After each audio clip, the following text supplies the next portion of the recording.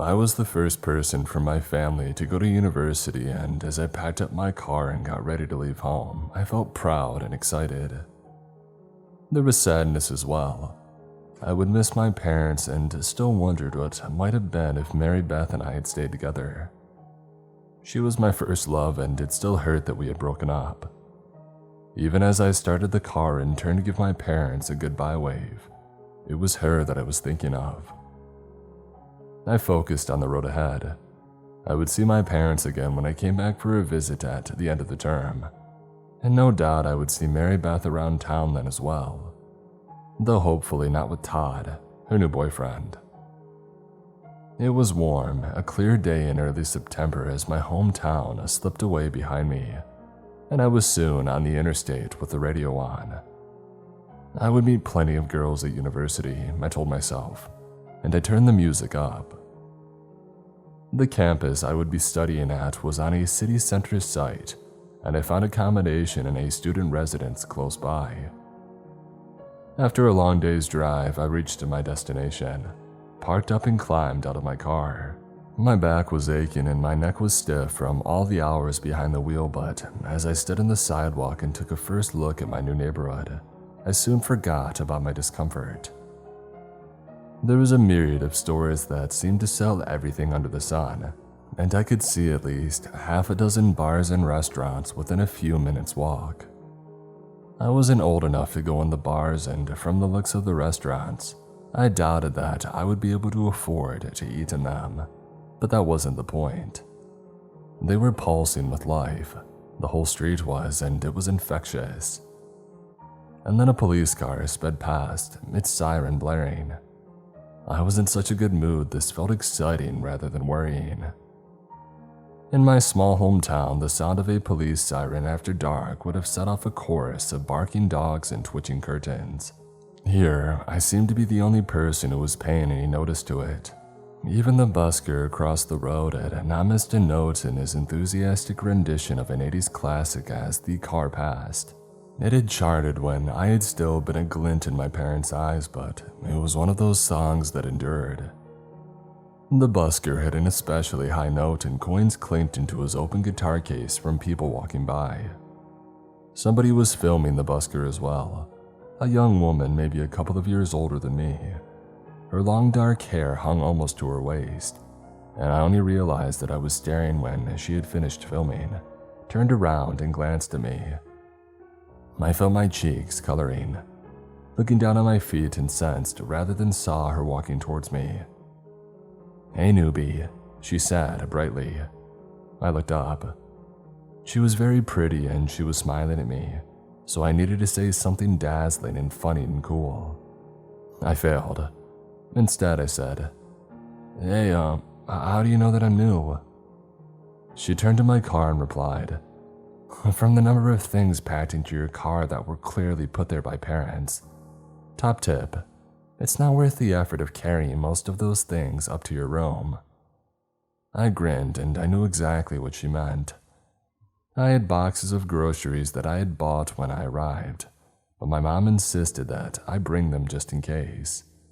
She had not specified in case of what. Possibly a zombie apocalypse that left the city stores all out of canned soup and toilet paper. I grinned sheepishly and replied, "It won't be too bad. I can use the elevator." She threw her head back and laughed. "The elevator? That hasn't worked since I moved in." I knew that my room was on the 18th floor and the prospect of having to get everything up that many stairs was stressful. But on the plus side, this gorgeous young woman was going to be one of my neighbors, so life wasn't all that bad, I figured. Especially if I could get to know her better. I said. "Well, in that case, maybe you could give me a hand carrying it up. We could maybe go out afterwards and I could buy you a coffee as a thank you. Or a pizza," I added hastily, thinking how weak a coffee sounded the moment the words were out of my mouth. She laughed again.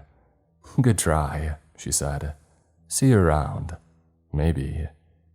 And with that she was gone, letting herself into the student apartment block with a swipe card. I stood there still smiling for a minute and then took a deep breath and started unloading my car. What felt like an absolute age later, I collapsed onto the bed in my new room surrounded by boxes. I was exhausted, and as my eyes closed, I thought how all I wanted to do was sleep. Which was the moment that the music started up. It sounded like it was coming from the room directly below mine. A bass beat that felt like it was making my entire room shake. I lay there with my eyes open, now wide open.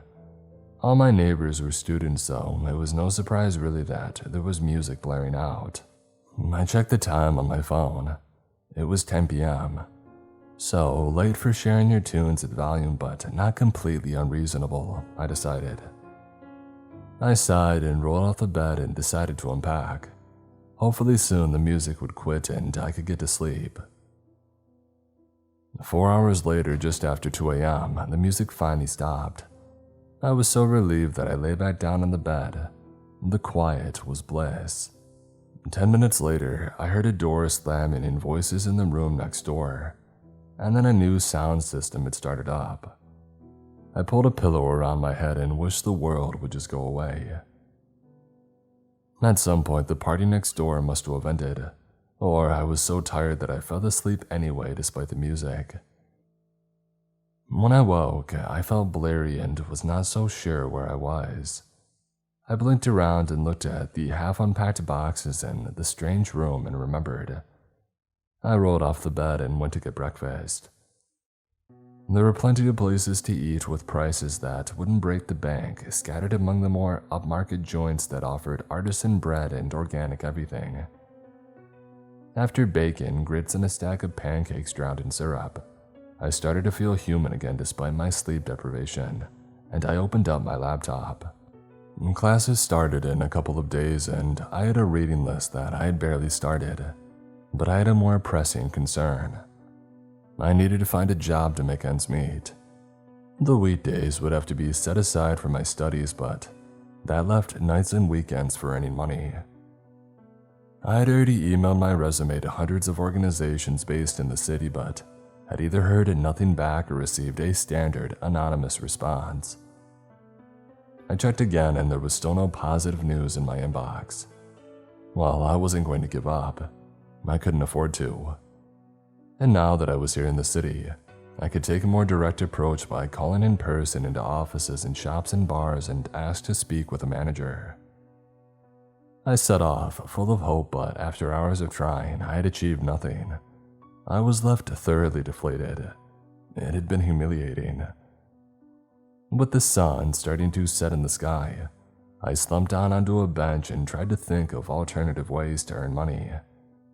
Perhaps I could volunteer for medical experiments and risk developing mutant powers. Or perhaps sell an organ. There must have been something that I did not need. I was wondering if leaving home had been a mistake when I noticed a sign in the window of the building opposite. The building at first glance looked derelict, and the sign was just about visible under smeared-on dirt. It read, "Delivery drivers wanted," and it was handwritten. It was massively uninspiring, but I was desperate. I got to my feet and went to look for an entrance to the building.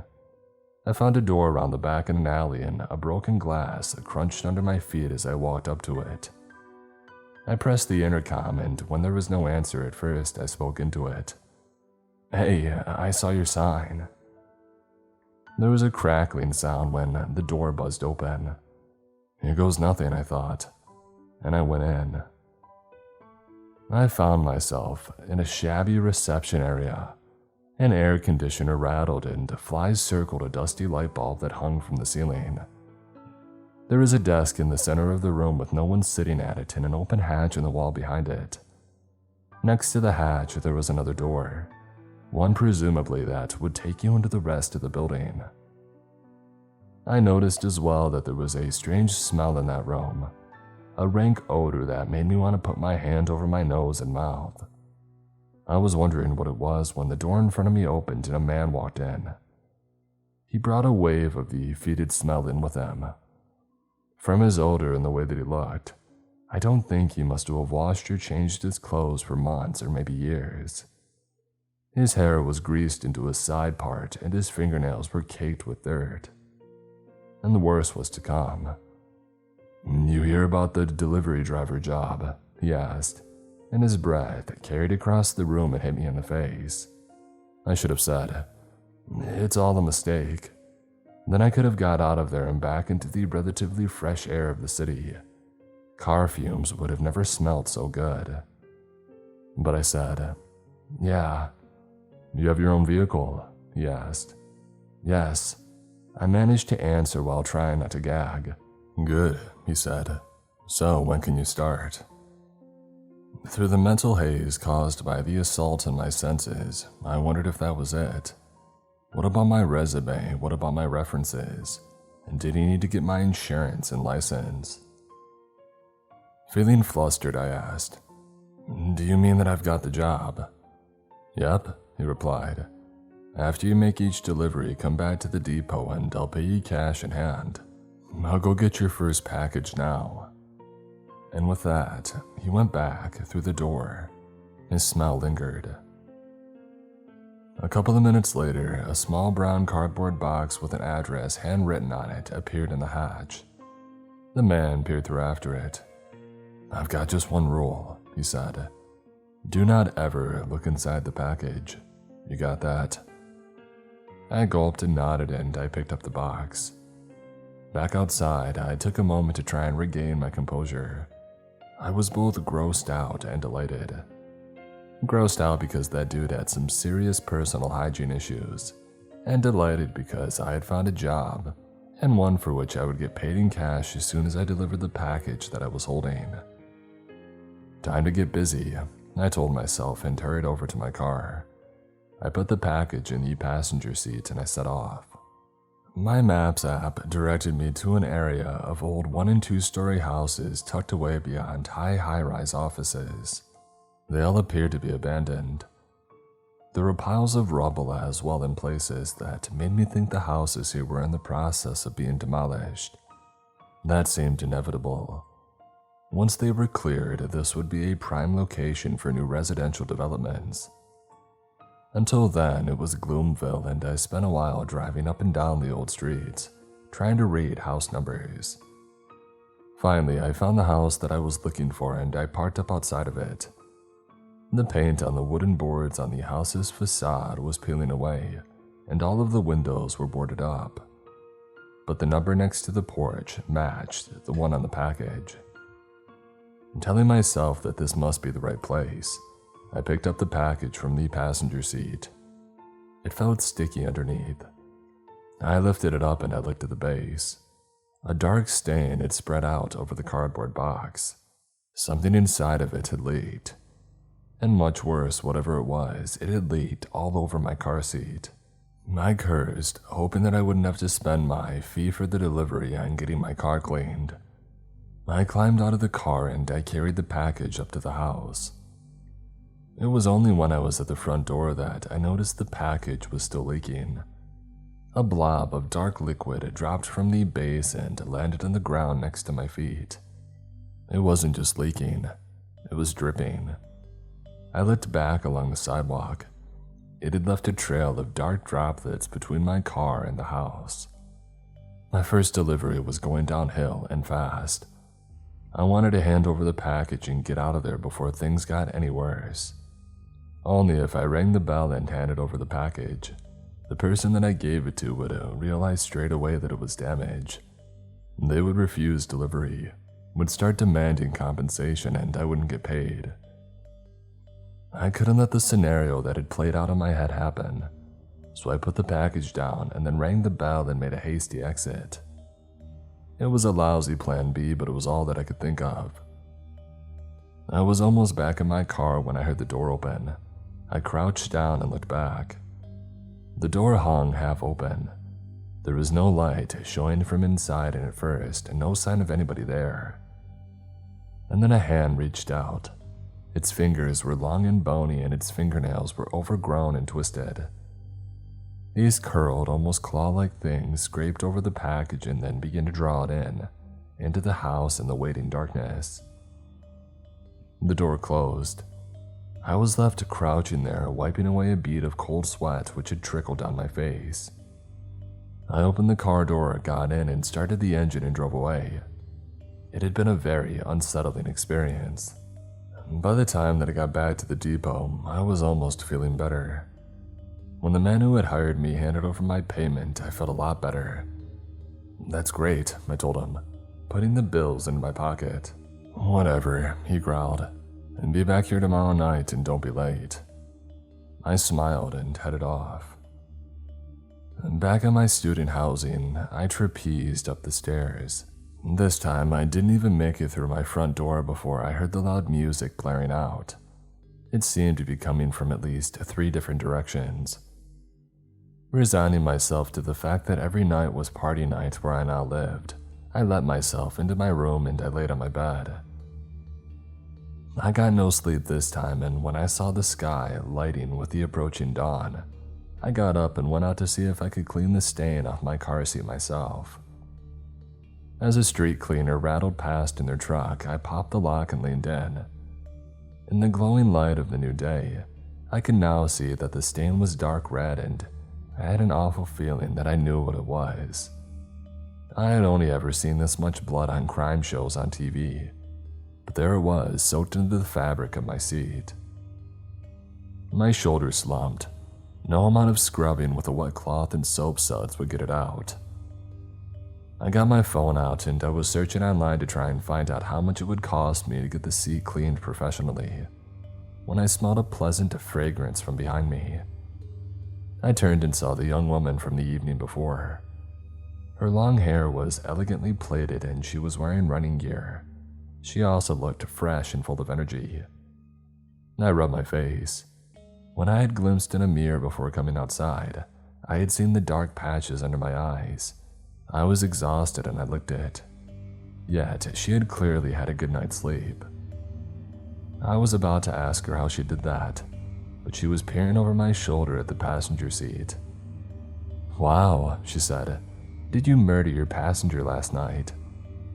I was shocked at her accusation and said with a catch in my voice, "No." And then I saw the cheeky smile on her face. "I've got a job as a delivery driver, and one of the packages late." "What was in the package?" she asked. I really hadn't considered that. I had been too stressed at the time, and I scratched my chin and said, "Raw meat, perhaps. Something rare that you can't get in a regular store." "Yeah, it could be," she replied and then added, "Anyway, gotta get going. See you later." And with that, she jogged away. I went back to looking for a solution to my ruined seat. After 30 minutes of clicking and scrolling, I did not find anything that I felt I could afford, so I decided to leave it for a while. I had a lot of other things that I wanted to get done. I needed to arrange my student photo ID, register with the university library, and spend some serious time on my reading list. The day passed quickly and I was feeling pleased with myself as I set off for the depot. I had put a towel over my seat so I wouldn't have to look at it, and out of sight, out of mind, it was working for me as I pulled up outside of the depot. The miasma of stale armpits and worse met me as I was buzzed in. The man was on the other side of the hatch with a package ready for me. It was around the same size as the last one, and it looked sturdy enough. And dry. I wanted to ask if it would stay that way, but to do so, it would risk alerting him to what had really happened with my last delivery. So I grinned and said, "Great," and then I took the package out to my car. When I saw that the address written on the package was for a regular apartment block in a good district, I felt reassured that this one was going to be a breeze. The journey was easy and I found a parking space on a well-lit street. I checked all sides of the package and relieved to see nothing had leaked out. I put it under my arm and went to find a soon-to-be satisfied customer's front door. There was no answer on the buzzer for the number and the address, so I tried a couple more until somebody let me in. The interior of the building was clean and smelled of air freshener and the elevator was working. I caught it up to the 5th floor, stepped out into a pleasant passageway, and found the apartment that I was looking for. I pressed the buzzer and knocked, but there was no answer. Not a problem, I thought. I would leave it outside of the door. I put it down and smiled, and the package moved. It rocked slightly from side to side. I blinked and rubbed my eyes. I was tired, and I must have imagined that the package had moved. Surely. It rocked again faster this time, and I heard a dull thud come from inside. I frowned. I wasn't imagining this. There seemed to be something inside of the package, and it was stirring. A louder thud sounded, and the package jerked to one side. Whatever was in there was exerting some serious force. The package rattled and shook. The thudding was constant now, and then the package broke open. It was a small split just below where the address was written on. I instinctively took a step backwards. A second break appeared in the package close to the first, and something emerged through it. It was dark and sharp and was moving from side to side. It looked like some kind of limb, and another one was beginning to break free from the first split. And another, this one from a tear in the base of the package. As I watched with a mounting sense of horror, a dozen dark limbs appeared from inside of the package. Some probed and twitched into space. Others found the floor, and slowly, uncertainly, they began to crawl. Propelled by the legs of the things inside it, the package began to head towards me. I tried to run away, but I was so freaked out that I tripped myself up and ended up sprawled out on the floor. I looked up and saw the hideously animated package was almost on me. One of its limbs was flickering against my sneaker. I didn't hear the elevator open, did not realize someone had stepped out from it, until I saw arms reaching down and lifting the package up. The limbs went into a frenzy, but now they were clawing at nothing. I looked up into a face that was twisted with rage.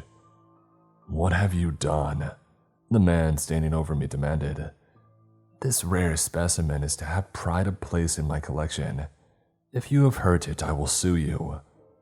And with that outburst, he stormed to his door with the package and hurried inside. I was left still, sitting on my backside. "How would you rate your delivery today on a scale of 1 to 5? I asked the empty passageway, and then began to laugh hysterically. I gave it 20 minutes so that I could calm down before driving back to the depot to collect my money. I found the man waiting once more behind the hatch with a new package. I wasn't sure my nerves were up to it and asked, "Do you have another driver who could take it? You do the jobs that I allocate to you, or you don't get paid anything," he told me with an ugly sneer on his face. "Fine," I said under my breath and took the package. I didn't need to look at the address to know where I was taking it because it started to leak blood before I had even gotten it to the car. Muttering to myself, I put it on the towel of the passenger seat and I set off. I drove faster than I normally would and arrived at the house in good time. More of its neighboring houses had been demolished and there was a digger parked up as well. The redevelopment of the area seemed to be picking up pace. I picked up my own pace, hopped out of the car and put the package down outside of the house, and then I pressed the bell and made myself scarce. I was back in the car when the door had opened. I peered over at the darkness revealed, at the pale figure standing in its midst. Its eyes were dark voids in its face, its nose was flattened and its ears rose into sharp tips. It was holding the package in its grotesque grip. Blood was dripping from the package, and as I watched, the creature's tongue flickered out and flicked the blood. It smiled, showing teeth that looked like shards of glass, and then it retreated back into the house and closed the door. I was left terrified. My hands were shaking so badly, it took me 3 goes to get the key in the ignition, and as I drove away, I vowed to never return. My very short career as a delivery driver was over. I just couldn't take the weirdness. When I arrived back at the depot, I didn't tell the malodorous man about my decision. I took the money and I ran. Feeling relieved that I'd never have to see or smell him again, I arrived back at my student accommodation. Even from the roadside, I could hear music blaring out from inside, so I decided to sleep in the car. I closed my eyes and leaned back. I slept restlessly, and when dawn had finally arrived, I felt dreadful. I was sitting there aching all over and feeling about 90 years old when somebody tapped on my window. It was the young woman. She looked more beautiful every time that I saw her. I wound the window down and smiled in what I hoped was an irresistibly handsome way. "Hey, did you get locked out last night?" "No," I replied. "I'm finding it hard to sleep in my room because of all the noise." She laughed and said, "Do you want to come up to my room? I have something that will help." I mean, how could I say no? Her room was chaotic, with clothes, books, and pictures everywhere. She rooted around inside a pile of tops lying tangled on the floor and brought out a small plastic container. "Hey, try these," she said. "They're noise-canceling earbuds. I have the new model, so you're welcome to have these." "That's amazing," I said. "Hopefully things will get better now." "You seem to be doing okay. I mean, you've got your job." I frowned and told her about the package that had sprouted legs and described the strange figure that I had seen when I dropped off that second leaking package. I expected her to be shocked, but she looked excited. "Wow," she exclaimed. "That sounds like a vampire and I love them. You have to let me know next time you're going to deliver to it." She gave me her phone number and made me promise to message her. All thoughts of giving up the job as a delivery driver had forgotten. I told her that I would, and I left her room with a big grin on my face. That night, I headed for the depot building, hoping that there would be another package dripping with blood waiting for me. There wasn't.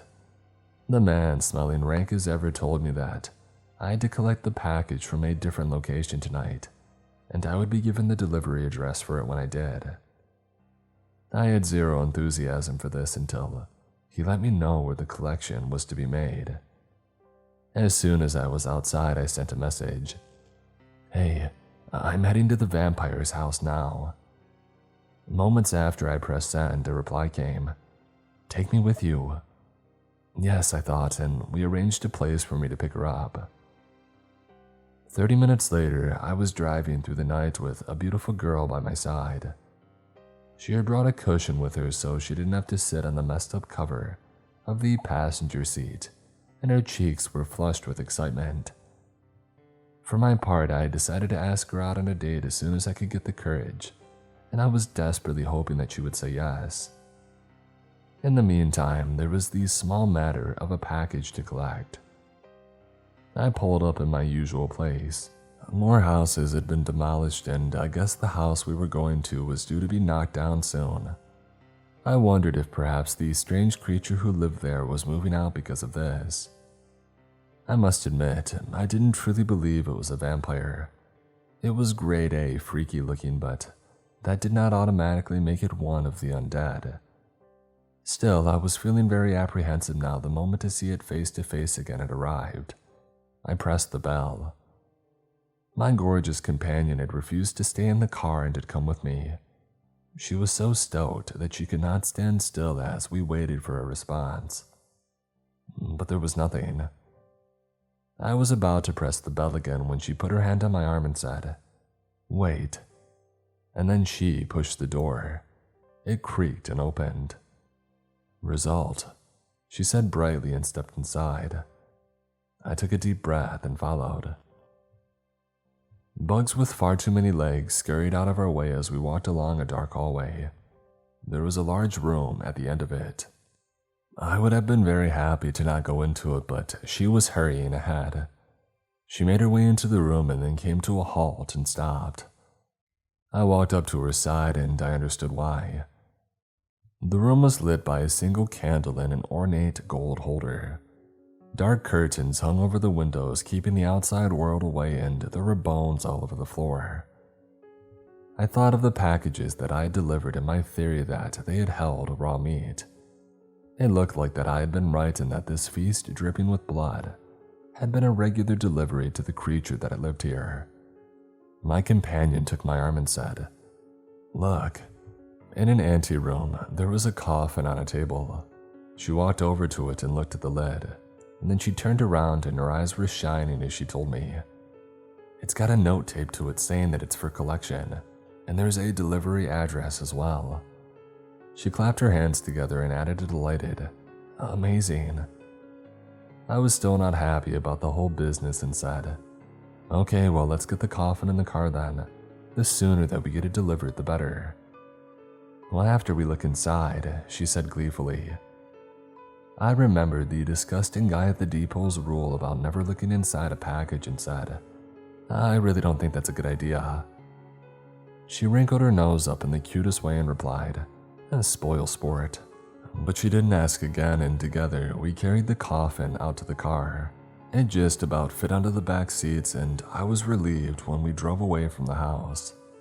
Being reduced to rubble was the best thing that could happen to the place, in my opinion. The delivery address was in a part of the city that neither of us had ever heard of, and I got completely lost.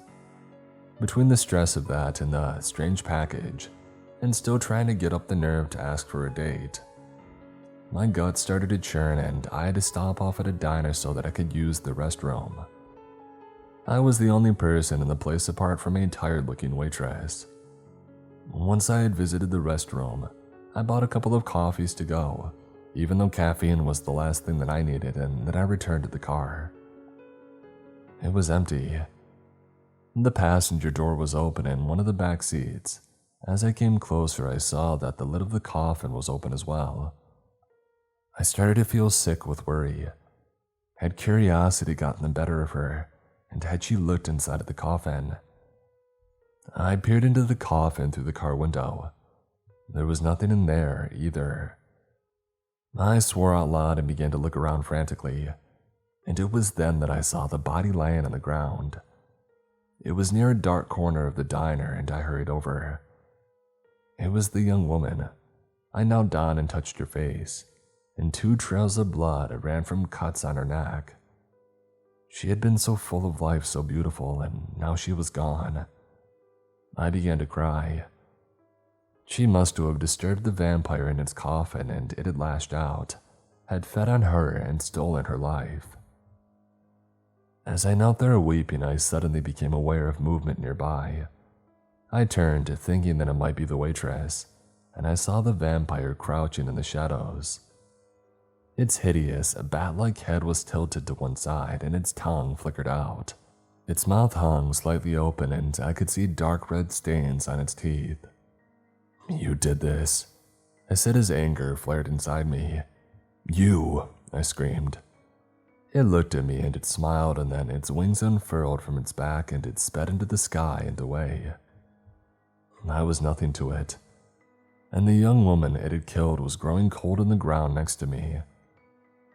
I picked her body up and I carried it over to the car. My mind was racing, and I'm not sure why, but I put her in the empty coffin as gently as I could and then closed the lid in the car door. I think I did not want anybody else to see her like that. I went to sit in the driver's seat. I felt utterly lost and alone and more scared than I ever had been in my life. With dawn still hours away, I desperately tried to think what I should do next. I was still trying to think when I heard the back door click open. I span around, shock sent cold waves through my body. The lid of the coffin was once more loose and it was empty, and there was someone standing outside the car. Her long dark hair hung down her back almost to her waist. Feeling as if I was in a dream, I climbed out of the car. She turned to me and smiled. Her lips were pale and her fangs razor sharp. "Help me," she said in a quiet voice. "I'm thirsty. I need to feed." Since that night, I've stayed with her. I watch over her coffin while she sleeps during the day. After dusk, I drive her to places where she can hunt for new victims to sate her bloodlust. I will do this as long as she needs me, because she is my dark mistress, my savage, beautiful creature of the night.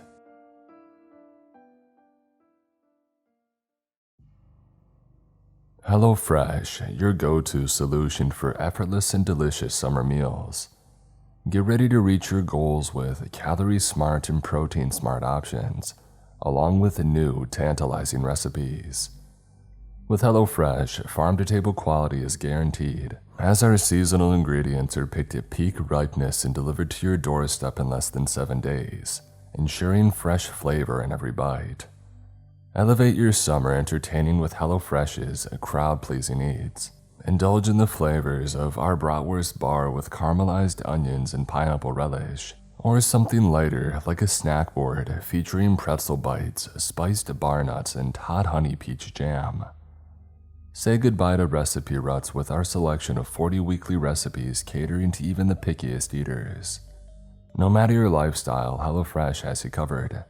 And to get started, go to hellofresh.com/MrCreep16 and use code MrCreep16 to enjoy a whopping 16 free meals plus free shipping. Again, that's hellofresh.com/MrCreep16. Code MrCreep16 for 16 free meals plus free shipping. HelloFresh, America's #1 meal kit. I was full of fire to make my home city a better place when I joined the police force 20 years ago. My days used to start with me getting up at 6 a.m. to go for a run before reporting for duty. Now, when my alarm went off, I lay there staring at the ceiling, feeling exhausted and old before my time. I lived alone apart from the cockroaches that scurried across the floor as I dragged myself out of bed. After a quick shower, I found the cleanest shirt that I could and I headed out the door. I reached my desk at the precinct just in time for the start of my shift at 8 a.m. I would have a black coffee and a burger with me.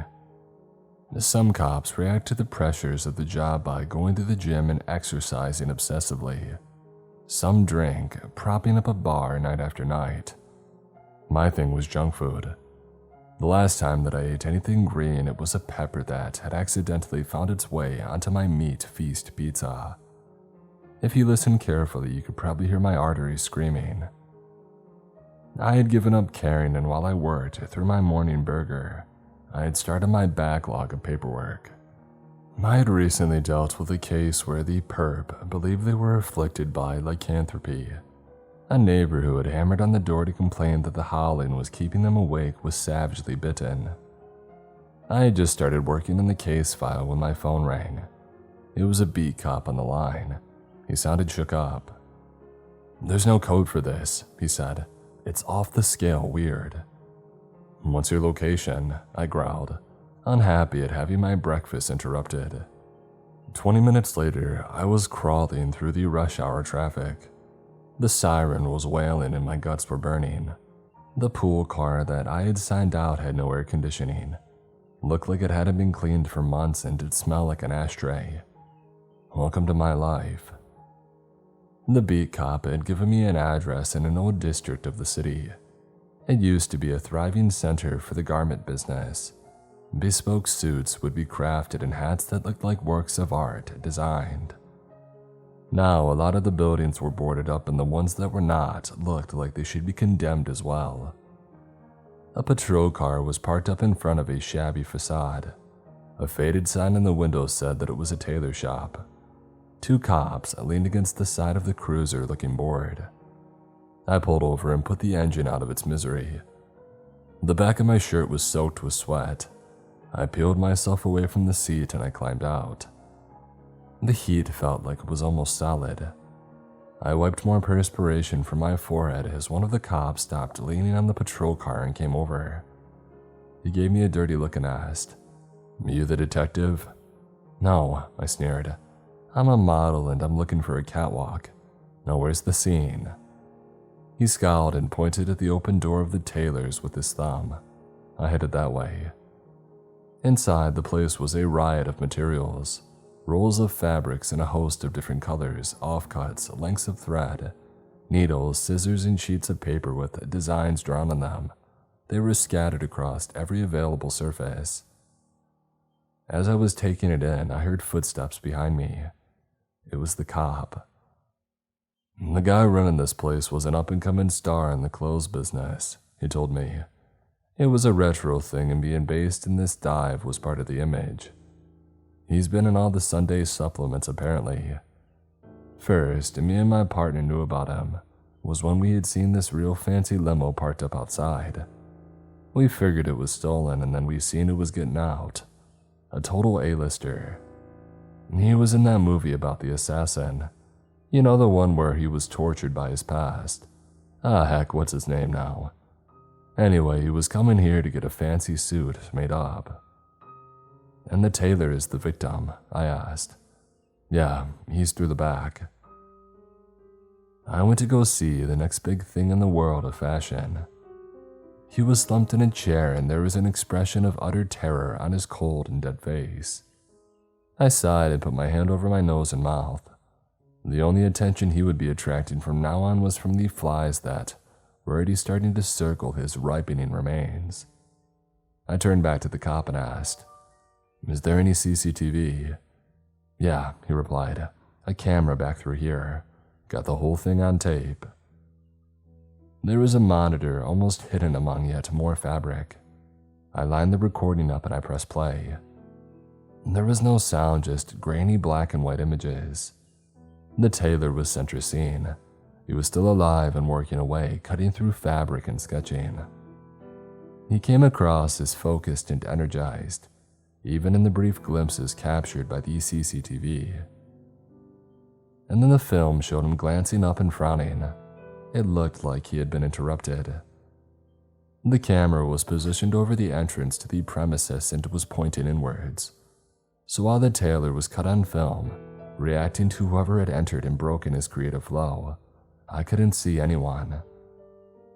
As the tailor appeared increasingly agitated on screen, I expected any moment that I would see the intruder, but there was no one there according to the footage. But as the tape continued, the tailor started to back away. He was holding his hands up in a defensive position and was saying something, the same thing over and over, I thought. He was mouthing the words, "No, please, no." All the while he was retreating into his room, where he had been found an hour later by a supplier who had called around with a delivery of cloth.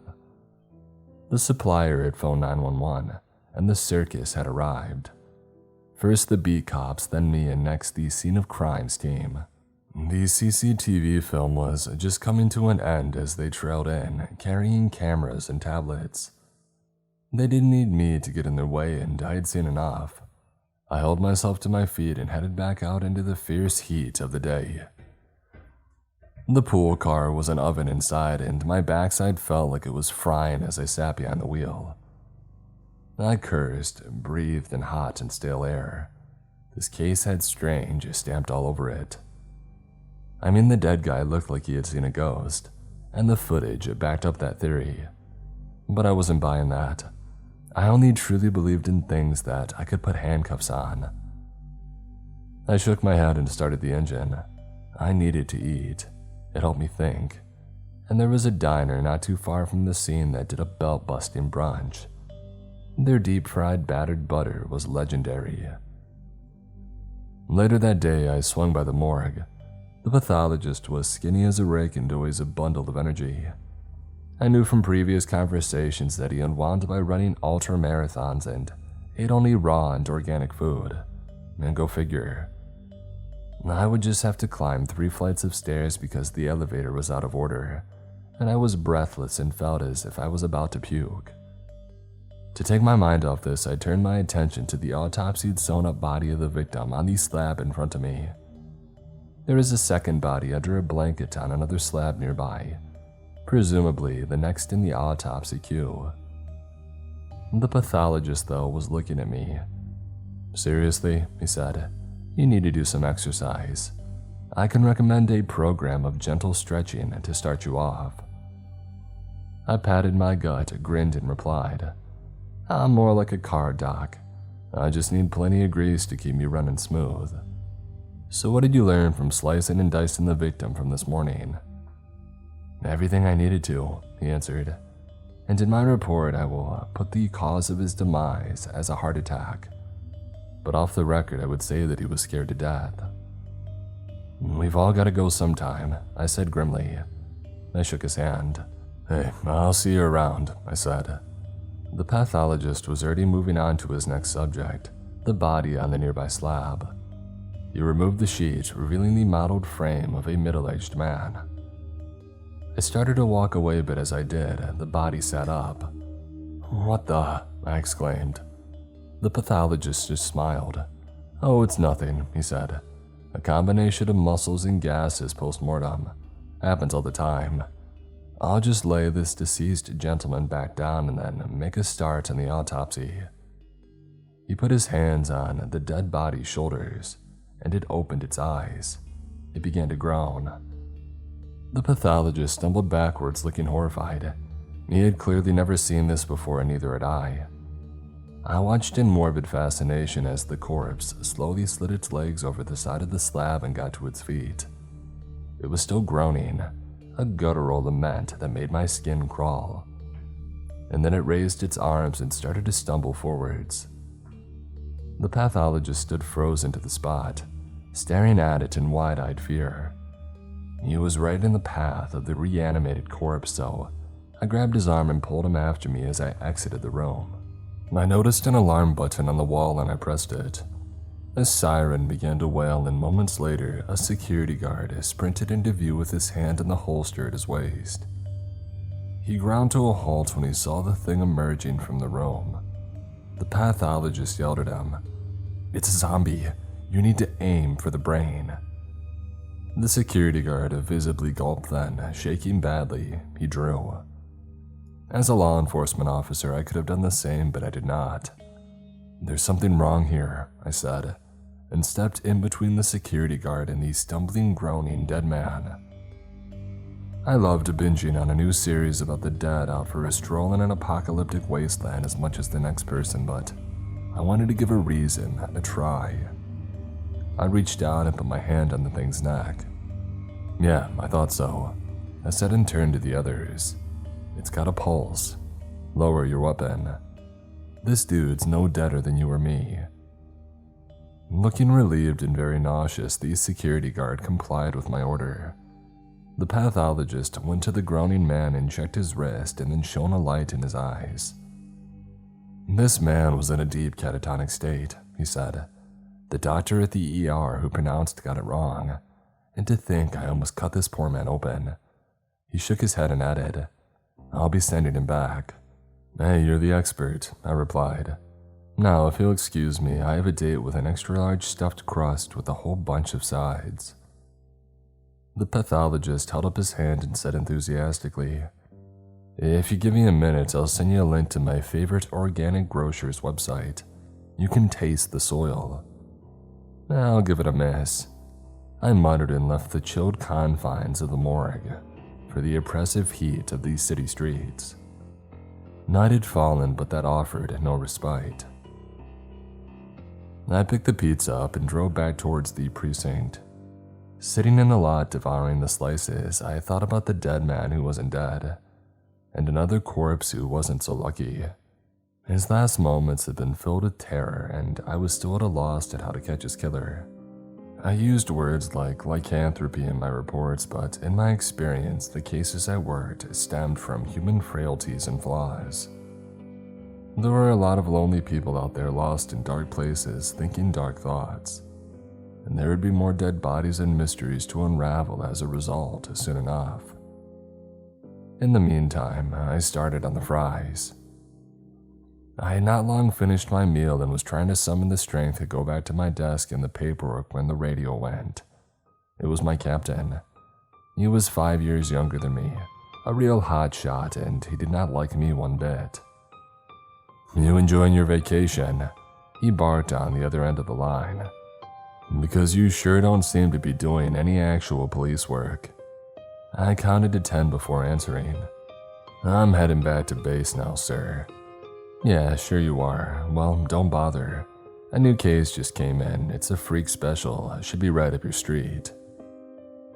I could have told him that my shift was over in an hour. I could have told him to take the case and place it where the sun does not shine. But I pressed transmit and said, "I'm on it." After all, what else would I have done? apart from go home and watch garbage on TV and eat while the cockroaches crawled around. I started the car and pulled back out of the lot. The sidewalks were busy with people heading to bars and restaurants and cinemas or standing around and chatting. They were blissfully ignorant that I was on my way to the scene where a body had been found. I was still 5 minutes away when the front wheel of the pool car hit a pothole in the road. I heard something crack and it pulled over. The car wasn't going any further. I called it in to request a tow truck, and then locked the pile of junk up and walked away thinking, good riddance. The body that I was looking for was in an alley. A piece of crime tape showed me the way. It was faded and torn in places from being reused so many times. A cop stood at the entrance to the alley. He was presumably meant to be guarding the scene, but all of his attention was on the screen of a mobile. I could hear the ping of a game being played as I approached. "Excuse me, officer, I'm looking for a husk." I left him looking guilty, turned on my flashlight, and went to see what new horrors waited for me. The body lay on its back, 12 feet or so into the alley. Its pale, sunken face stared blindly up at me, and I silently vowed to do everything that I could to bring its killer to justice. I knelt over to see the neck more clearly. There were 2 puncture marks in the flesh. I would leave the pathologist to find and document all the wounds on the body, and the scene of crimes team to record the rest. They were entering the alley. I had a badge and heartburn but no gloves, so I asked them to go through the victim's pockets. One of the white-suited figures rummaged through the jacket and trouser pockets and then handed over a wallet. There was a driver's license. I had an ID. Another of the scene of crime techs started to photograph the neck wounds. "Do you think I should buy shares in garlic?" he asked through his mask. "I'm the last person that you should ask for financial advice," I told him and then laughed. The fact that there might be a vampire stalking this city had not escaped me. In my experience, it was more likely there was someone who believed there were a vampire, with an overwhelming desire to drink the blood of a fellow human being. I had just seen that they were no less dangerous than one of the true undead.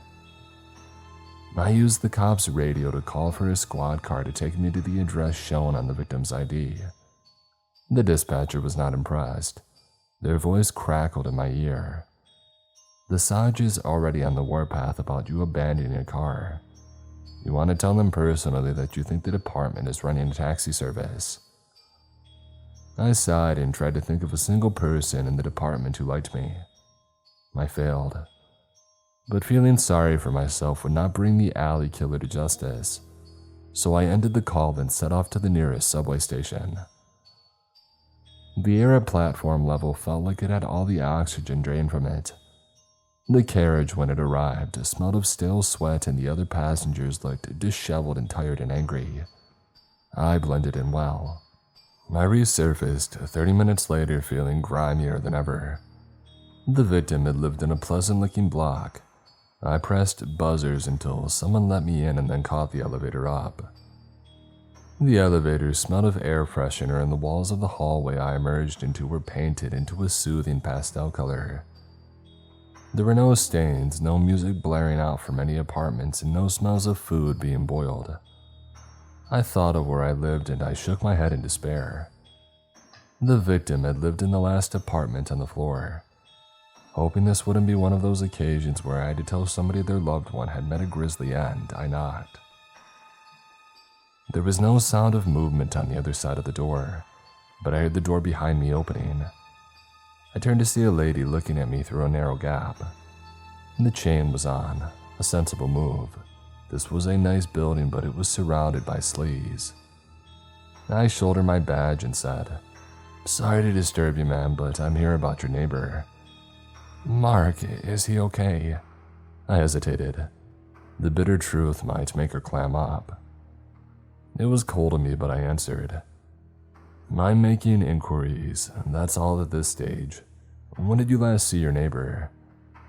She did not look convinced, but said anyway, "Oh, okay. Earlier this evening. He was in a good mood and said that he was going out to a bar. He had been down after his wife left him, so I was glad to see him making an effort to socialize. I asked if she knew which bar that he was going to, and she did. I had driven past the place in passing on previous occasions but had never been in. It looked to be a classy joint full of people who still had hope. Well, tonight I would be going up market, in the line of duty, of course. I returned to the subway and descended once more into the recesses of the city. It was a circus down there by this time of the night, one where all the clowns were pressure cookers of rage. It was a relief to ascend the broken walkway and step back out onto the street. The bar was across the road from the subway. Light and music spilled out and beautiful people drifted around inside. I trudged towards it, feeling like a feral dog heading towards the salon for pampered pedigrees. The doorman was too busy trying to impress a fake blonde by flexing his muscles to notice me, so I got in without having to show my badge. I headed for the bar, figured that I would start by showing the barman the victim's ID, mugshot, and asking if he had been in tonight. I rested an elbow on the bar and tried to catch the barman's eye, but he was too busy throwing a cocktail shaker around to notice me. And then I became aware of somebody moving into the space next to me. Her auburn hair hung over her shoulders. Her scarlet dress shimmered in the bright lights. She glanced at me and said, "You look out of place." I shrugged and replied, "I'm an undercover health freak." Her lips curled into a smile as she said, "You're funny. Can I buy you a drink?" I shrugged and told her, "I don't drink alcohol." She arched a perfectly drawn-on eyebrow and murmured, "So, your blood is untainted by alcohol." There's no room among all the globules of fat, I thought, but said nothing. She whispered something in my ear. I did as she had asked, and I followed her outside, away from the lights of the street into a dark and dank alley, where she draped her arms over my neck and said, "Look into my eyes, accept my embrace."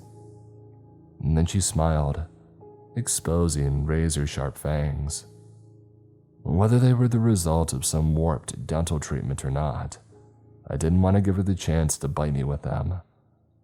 I stepped back, showed her my badge, and said, "Are you aware that it is an offense to drink the blood of an officer?" Strictly speaking, there was no such law, but I was sure that I could find something to charge her with. She laughed and said, "You stupid mortal, you cannot resist me or my kin." I became aware of two figures further down the alley moving our way. As they came closer, I could see their pale skin and their fondness for black clothing, and the fangs revealed by their malicious grins. That explained why the victim had been drained of blood, I realized. He had been attacked by the 3 bloodsuckers, not just one female with a taste for the red stuff. I continued to back away, fear pulsing through my body. I was about to become an all-you-can-drink buffet if I did not do something extreme. They were not carrying, so I was not going to go down that route. But I did have another police-issued option, one that would deliver a shocking 5-second punch. I took out the X-26. "I am walking out of this alley," I told them, "and one warning only, I will use this if any of you try and stop me." This brought a chorus of mocking laughter. One of the men said, "Only a stake through the heart or the light of day can destroy the vampire," and then he bared his fangs and snarled and leapt at me. I unleashed the barbs. Moments later, he was lying on the ground, twitching and dribbling, and his kin were running away. Well, that proved they were all wannabe vampires and not the real deal. I cuffed the perp and read him his rights. Once he was handed over for processing, I would put out an alert on his accomplices. Dawn was reddening the edges of the sky by the time that I was back at my desk. I started to write up the case then, but the next thing I knew, I was being prodded in the back and a sergeant was telling me to wake up. I looked at him with blurry eyes. "What's a guy gotta do to get some sleep around here?" I asked. I got no sympathy in return. "There's been another suspicious death," the sergeant told me, Another person has been scared to death. I rubbed my face and said, "What's the location? I'll grab a cheeseburger on the way." After a lecture on respecting police property, I was soon back on the road with a triple burger, fries, and onion rings in the passenger seat. I was driving one-handed so I didn't risk spilling my drink in the car. But the morning rush hour was already clogging the roads, and having to slam my foot down on the brakes 3 times. There was soda on the dashboard and wheel and fries on the floor. I cursed. I had paid for those.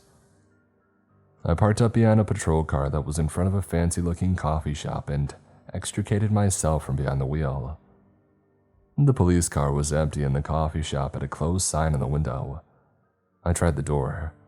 It wasn't locked, so I went in and wandered through to the back of the shop and outside into a yard where a cop stood guard over a body. "I don't think he's going to get away," I said. The corpse was being kept upright by the wall. Its hand was still positioned as if it was smoking a cigarette, and I could see a filter in its fingers and ash on the ground. Its face was a picture of terror. This cooling slab of flesh had been a man in his 30s once. His brown eyes were wide open and staring into a distance only that they could see. His mouth was parted in a frozen scream. The cop took a sip from the coffee that he was holding. "This is the owner," he said. The barista found him like this when he didn't come back from his smoke break. They also said there was no one else in the alley, far as they could see. We took a statement and sent the barista home after getting him to make us a couple of lattes. I gave him a sour look and said, "You're all heart. Where's your partner?" "Gone to get donuts to go with the coffee," he answered. I told him that he was a credit to the uniform and left him to it.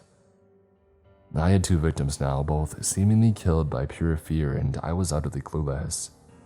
The great detective, I thought bitterly, as I got back into the car. I began to wonder, perhaps I should let the captain evict me from the force and leave me on Civvy Street. And then I slammed my hands against the wheel. Thinking this way was not going to help the dead find justice. I started the car and joined the traffic. It was crawling along slower than ever. I strained my eyes to see if there was a problem ahead and saw the tops of road signs.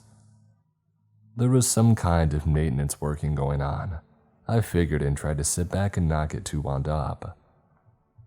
I had moved a couple of dozen feet when I heard shouting, and then I saw a couple of people running along the road in between the cars. Both wore hard hats and overalls and looked seriously shook up. I got out and grabbed one of them by the arm. "I'm an officer," I told him. "What's wrong?" "A monster," he said, struggling to get the words out. "In the sewer, it tried to attack us. We only just got out." And then he wriggled free of my grasp and hurried away. This was turning out to be the latest in a long line of lousy days, I thought, as I leaned back into the car and called it in. I could hear the disdain in the dispatcher's voice when he responded by saying, "It sounds like the best man for the job is already on the scene, but I'll send backup when there's a unit free." "Just love being a part of the team," I said under my breath as I set off on foot through the gridlock traffic. I soon reached an open manhole cover in the middle of the road surrounded by bollards. I peered down into it. There was no sign or sound of anything strange, and a part of me was tempted to slide the cover back in place and go for eggs over easy, grits and bacon in a diner that I could see just a few minutes strolled away. But what if there was somebody down there? Something, maybe something monstrous. I sighed. It couldn't be allowed to roam free. There were rusted metal rungs leading down into the sewer. Reluctantly, I started to climb down into the darkness. A nauseating smell rose up to meet me, and I was gagging by the time that I reached the last rung. I clicked my flashlight on. I was standing on a stone walkway that was precariously narrow, and a tunnel stretched out in front of me beyond the reach of the flashlight's beam. Stalactite-shaped growths hung from the ceiling of the tunnel. I did not even want to begin to think what they might be made of. Below these, a dark sludge flowed slowly into the distance. I wasn't sure how deep this wastewater was and really hoped that I would never have to find out. As cautious as I could, I inched forwards. The sound of traffic on the highway above rumbled through the ground into the sewer, and I could hear dripping coming from somewhere. But still, there was no sign of anything unusual. Hoping this was a case of a couple of sanitation workers who had breathed in too many toxic fumes and were imagining things, I decided to keep going for another few minutes and then turn back. The tunnel curved ahead. With my back pressed against the cold, wet wall, I crept on, inching around the corner until something ran across my foot. I yelped and then realized that it was only a rat. I watched it scurry away into the distance. It was nothing, but my heart was pounding in my chest and I couldn't stand the stench any longer. It was time to call it a day. I shuffled my feet around so that I could make my way back to the metal rungs that would get me out of here. Only another rat was standing on the walkway in front of me. It was looking up at me. Its nose twitched above long yellow teeth and its eyes were vivid points of red in the glare of the flashlight. "Scoot," I said, and I kicked it. All this achieved was me nearly slipping off the walkway and ending up in the sewage. The rat itself showed no sign of moving. Now, it was a big, ugly son of a gun, but I was much bigger and much uglier. Surely it should be frightened of me, I told myself as I worked up the courage to step over it and be on my way. I lifted my leg and saw a second pair of red eyes glinting in the beam of the flashlight, and then another and another. I swore. There were dozens of rats crowded onto the walkway now and more in the wastewater. These were swimming through the gunk with their noses just above the surface. There was no way that I could go back the way that I had come. I swiveled back around, desperately hoping there would be another way up out of the sewer, not too much further along. My heart sank instantly. There were more rats on this side now as well. I was surrounded, and not by dozens of rats, but hundreds. My skin began to crawl with disgust. My guts cramped. I felt like I could not breathe. I was trapped by a writhing mass of rats. In front of me, the rats in the wastewater started to go into a frenzy. They clambered over each other, pushing some under the dank liquid and making some of the rats on the side fall in. I stared, grotesquely fascinated, as something emerged from the water at the heart of this chaos. It was a man. His eyes were bloodshot and his teeth yellow. Rats squirmed on his head and across his shoulders and over his arms as he raised them. Foul water dripped from his skin as he opened his mouth and spoke. "Behold the Rat King." "What the?" I managed to mutter. "I am the lord of this underground kingdom, and these are my subjects." He stroked one especially fat, filthy rat which was draped across his shoulder, and then he leaned down and kissed it on its lips. Bile rose into the back of my mouth. I spat it out and said, "Listen, buddy, I don't care who you think you are, but you can't go around scaring city workers." He laughed, and there was no mistaking the insanity that was bubbling inside of him. "How dare you? No one questions the Rat King. My creatures destroy this treasonous intruder." He waved his arms at me, and crazy or not, the rats seemed to be obeying him. They scurried towards me. I was dead meat if I did not act. It was time for the extreme. I launched myself into the wastewater at the self-appointed ruler of the rats, slammed into him with all my weight. I did not know what taking him out would do, but I could think of nothing else. I struck him on the nose as hard as I could. There was the loud crack of bone breaking and an explosion of blood. And then he was falling backwards, knocked out by my pile driver. He lay on his back in the wastewater at the center of a spreading crimson pool. This had all happened in a matter of seconds, and with adrenaline still pulsing through me, I looked around at the rats. As one, they had paused and were sniffing and twitching, and then one climbed onto the man's face and bit. This unleashed a tidal wave of rats, teeth bared, and they poured onto the man. I turned away in horror. The king was dead. Long live the feast. I trudged away from the feeding frenzy back to the metal rungs, dragged myself up, and emerged back into the sunlight that felt harsher than ever. I stood there, dripping and coughing and squinting at the cops leaning onto a patrol car parked up in the middle of the road. Its hazard lights were flashing, making the traffic give us a wide berth. One of the cops grinned. "Well, look who it is, the sewer squad." His partner burst out laughing. With zero dignity left, I squelched away. The pool car was where I had left it, but I kept on walking. If I sat in it, the car would need more than a service clean when I returned it. The upholstery would need burning. I took the subway back to my apartment instead. I was the person that everybody leaves a distance around. One very long shower and a change of clothes later, I went back to retrieve the car and returned to the precinct. I was feeling traumatized by my recent experience in the sewer, so bad that I only had the appetite for a bucket of chicken. When my order arrived, I typed up the details for the case file with one hand and picked crunchy portions of a southern fried out with the other. I would be investigated for what had happened in the sewer, but was not currently being treated with suspension. My phone rang and I answered with a wary, "What now?" The answer did not help my bleak mood. 40 minutes or so later, I was walking into a mall. The outlets were shabby and sold endless variations on garbage that nobody really needed in their lives, and it was packed with people loaded down with shopping bags. The victim had been found in a sneaker store on the ground level. There was a cop standing in front of the tape sealing off the entrance. He looked like he was about to fall asleep. "I'll lift the tape myself, I don't want to tire you out." Ignoring the filthy look he gave me when I went into the store, I could see a CCTV camera above the sales counter, and I would check it as soon as I could. But first, I had a body to meet. The store manager couldn't have been much more than 21. He had a name badge with his job title below and a second badge saying, "Ask me about our bargains." "Hey Brad, you got anything that can put a spring in my step?" And then I sighed. Poor kid. His skin was waxy and his expression fixed. The terror that had killed him was preserved for all time, or at least until his flesh had rotted away in the grave. I took a step back and looked around the store.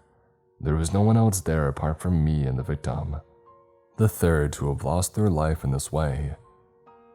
I felt lost, utterly mystified. Somebody was responsible for these crimes. "Who are you? Why are you doing this?" The silence taunted me. I sighed and turned to leave, and as I did, I felt the temperature in the room suddenly drop. Something very strange was happening. I once more scanned the room, even though it was clear that there was nobody there, apart from me and the victim, and a gray mist that was drifting towards me. I didn't know where it had come from. As I stared at it, mesmerized and petrified, a shape started to form inside the mist. It was a face. There were voids where its eyes should have been and a dark mouth opening, and spectral hands forming and reaching out towards me. Sweat ran down the back of my neck and my legs felt like they were about to give way. "What are you?" I asked.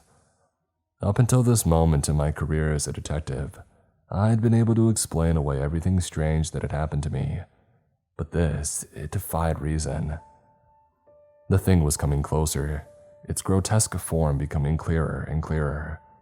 I could see the dirt in its cracked fingernails, the rotted stumps of its teeth, and a gray tongue flickering.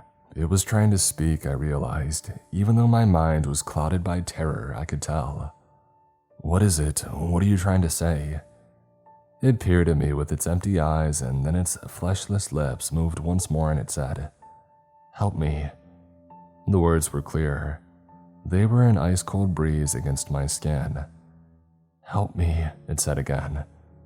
I looked at its face, at the shifting, twisting expression before me, and I saw something that I understood. I saw fear. I saw a being that was terrified as I was. Realization cut through me. "You didn't mean to kill them. You just wanted somebody to help you." Its voice reached out once more. "Help me."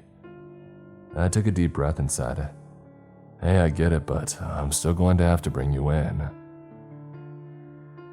The precinct had been built over the shell of the old police station, and its basement was a warren of empty rooms and dusty and dark corridors.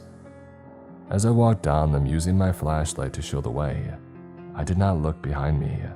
I could feel the drifting presence was still there. I did not know how it had followed me as I drove back to the precinct, but it had.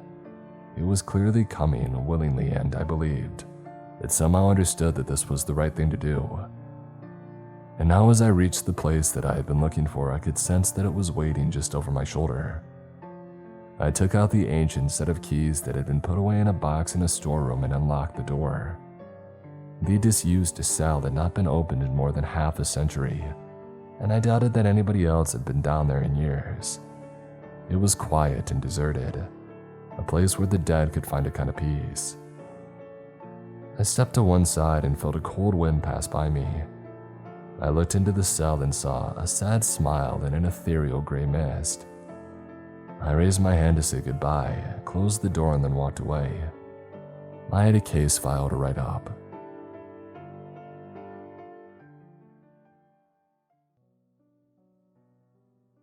Don't trust Elsar. If you take nothing else from this post, then spread those words everywhere. Share it, tweet it, paint it on the freaking walls. Someone has to do something. Somebody has to stop them before they go too far. I know it sounds like some crazy conspiracy theory. I know that most of you won't believe me, but I swear that they're real. Real and dangerous. My name is Greg Burkitts. They already know who I am, so there's no point in the whole fake name thing now, is there? Before it all went wrong, I used to work for a little construction company in Tennessee. My wife Sasha and I had an apartment. We were making ends meet, even if just barely, and we were trying to have a kid. We both knew that it would make our lives 10 times more hectic, but we didn't care. Some people might think that that's stupid, but when you're with the person that you love, your perspective changes. I wanted to be a dad in the worst way, and every time that I saw Sasha paging through a pregnancy book or shopping for baby clothes online, it made us both giggle like excited school children. One day, our boss had called the entire crew together and handed out pamphlets detailing an offer made by some oddball group called the Black Crow Foundation. With all the industrial accidents that had been happening around the country lately, the foundation wanted to help keep America's waterways and air pollution free. But they needed manpower, especially men who knew their way around power tools. For such help, the massive nonprofit would pay each man $250,000 for 1 month of work at various chemical cleanup sites around the country, with all personal protective equipment provided for us. You read that right. $250,000 post-tax for just 30 days of work. Our boss checked the group out thoroughly, called government registration offices, even met with their attorney, all to ensure that it wasn't some elaborate scam. Even the Army sent out a high-ranking officer to vouch for them. In the end, the boss man told us with the biggest grin that I had ever seen him wear that the BCF was real and gave us the green light to sign up. Everybody did, including me. After all, for that much money, I mean, who wouldn't? Besides, Sasha and I were getting by, but as soon as she got pregnant, I knew that I would need a lot more money to keep my family warm and fed. Call me what you will, but I love my wife and I wanted to give her everything. I would have gone even if they only had offered $50,000. Sasha was naturally both thrilled and skeptical when I had broke the news to her. For a price so steep, she reasoned that there had to be a catch. But we both knew to throw such an opportunity aside on suspicion alone was ludicrous. We might never get this kind of chance again. So I bid her an emotional goodbye, packed my bags, and got on a bus provided by the foundation, bound for my pre-selected worksite. Several days later, I found myself slogging through the forests of southern Ohio, tired and missing home, while the overcast sky wept curtains of continuous rain. My rubber boot slid on the mud and I tripped. Hey, careful. 36 caught me under my right arm and kept me from falling on my face. You don't want to rip your suit.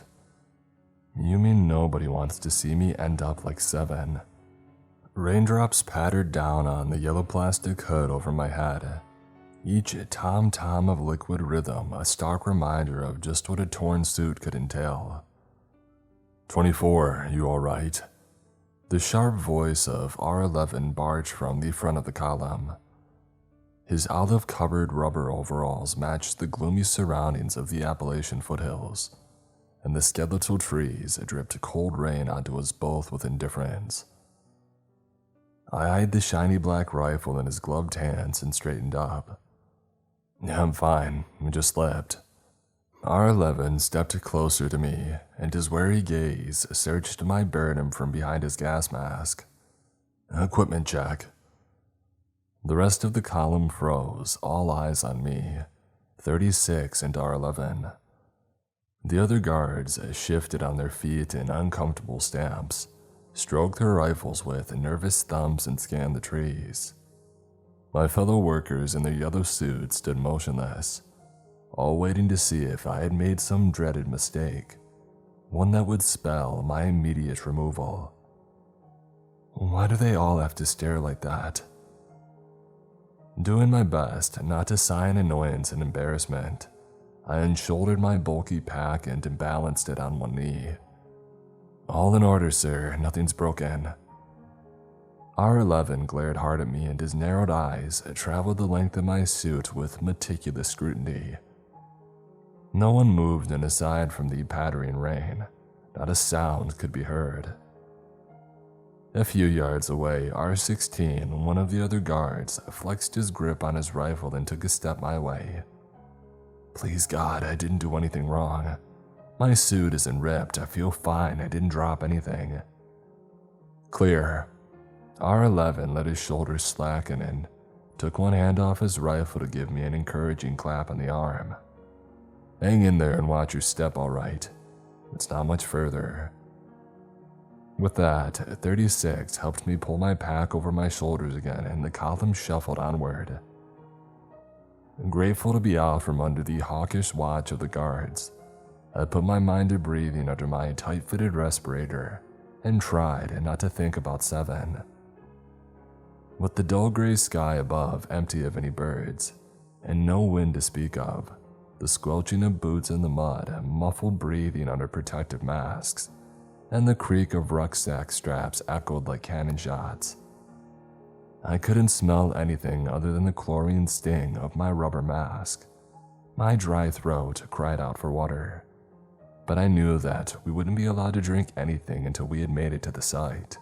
36 hefted his pack higher on his broad shoulders ahead of me, and I took a moment to study him. As with all the others, I didn't know his name and he didn't know mine. All we had to go by were numbers given to us at random the first day that we had showed up. That had been by design, and as far as I knew, even the guards with their green suits, black guns, and the ominous R before their code numbers didn't know one another's names. None of the guys from my old job in Tennessee were at this site, and I had a feeling that this too was deliberate. Yet of all the workers so far, 36 seemed to be the only one who wasn't spooked by the bizarre secrecy of the operation. He reminded me of my father, at least twice my age and a head taller, with silver hair and a warm smile that didn't reflect the suspicion the rest of the crew had emanated. In fact, 36 seemed to be the one person in the entire operation who never drew any attention, no matter what he did. When he had somehow found out about my birthday on the second day at base camp, 36 had miraculously produced an old-style Hershey bar as an impromptu gift. Even the straight-laced colonel had been too shocked at seeing me with a retro candy bar to yell about it, though he had doubled the guard around camp afterward. If they would just let somebody go into town for better food, chocolate wouldn't be so rare. I mean, seriously, they're paying us a stupid amount of money just to be here. Does the colonel really think that we would run off? The only guy I know of without a number, and he's got an enormous stick shoved up his. We're here. I almost ran into 36 and my heart did a nervous flip and halted at his words. The rest of the column filled into the edge of the clearing behind me, and one by one ground to a standstill, the squelch of boots dying to a solemn silence. Glad for the reprieve and curious, I shuffled aside to peer around 36 into the work site for the first time. Whoa. It sat nestled between a grove of pines like a great sleeping dragon of steel, with the prow jutting out over a defilade, and the stern hunched against several limestone boulders. The massive propellers hung a good 15 feet above the ground, and the radio antennas rose high into the slate-gray sky above the dense trees in rigid lines. All around, the green pines stood bent or broken from the weight of the thing coming down on them, and ripples in the bulky steel hull showed where the craft's algae-lined skin had slammed into the ground. I blinked hard and took a step forward, almost unable to believe my own eyes. Is that a battleship? Eyes on me. A cold, familiar voice cut through the tension, and the others broke their wide-eyed stares to find the colonel perched on the hood of a nearby army truck, dressed in his own olive-drab protective suit. From where I stood, I couldn't see the colonel's eyes behind his plastic gas mask visor, but the stern caution in his voice, the way that he didn't completely turn to face us, as if afraid to take his eyes off the warship, made ice run through my blood. This is the work site. You will work here from 6 a.m. to 6 p.m. every day. You will stay in your assigned work teams and report any new findings directly to the guard force. Under no circumstances are you to take anything from this area for personal use. Such actions will result in immediate removal. Am I understood? Seven's manic scream filtered through my memory, along with the echo of the gunshot that ended it. I nodded along with everyone else. Good. The colonel waved his gloved hand at the landlocked vessel, and I could have sworn that I caught his voice tremble ever so slightly. Our guard forces have already swept both the ship and the surrounding area for security threats. Your job is to take radiological and magnetic readings, as well as gather all loose items inside the ship for collection. Scanning teams will move in first, then the evidence teams. All recovered items will be bagged and placed in secured containers before being loaded onto the trucks here. He pointed to the row of waiting diesel trucks against whom leaned several more soldiers in green chemical suits, all carrying rifles. Any questions? You mean like how did a battleship end up in the middle of nowhere, Ohio? But still, I didn't raise my hand and nobody else did either. Something about this rubbed me wrong.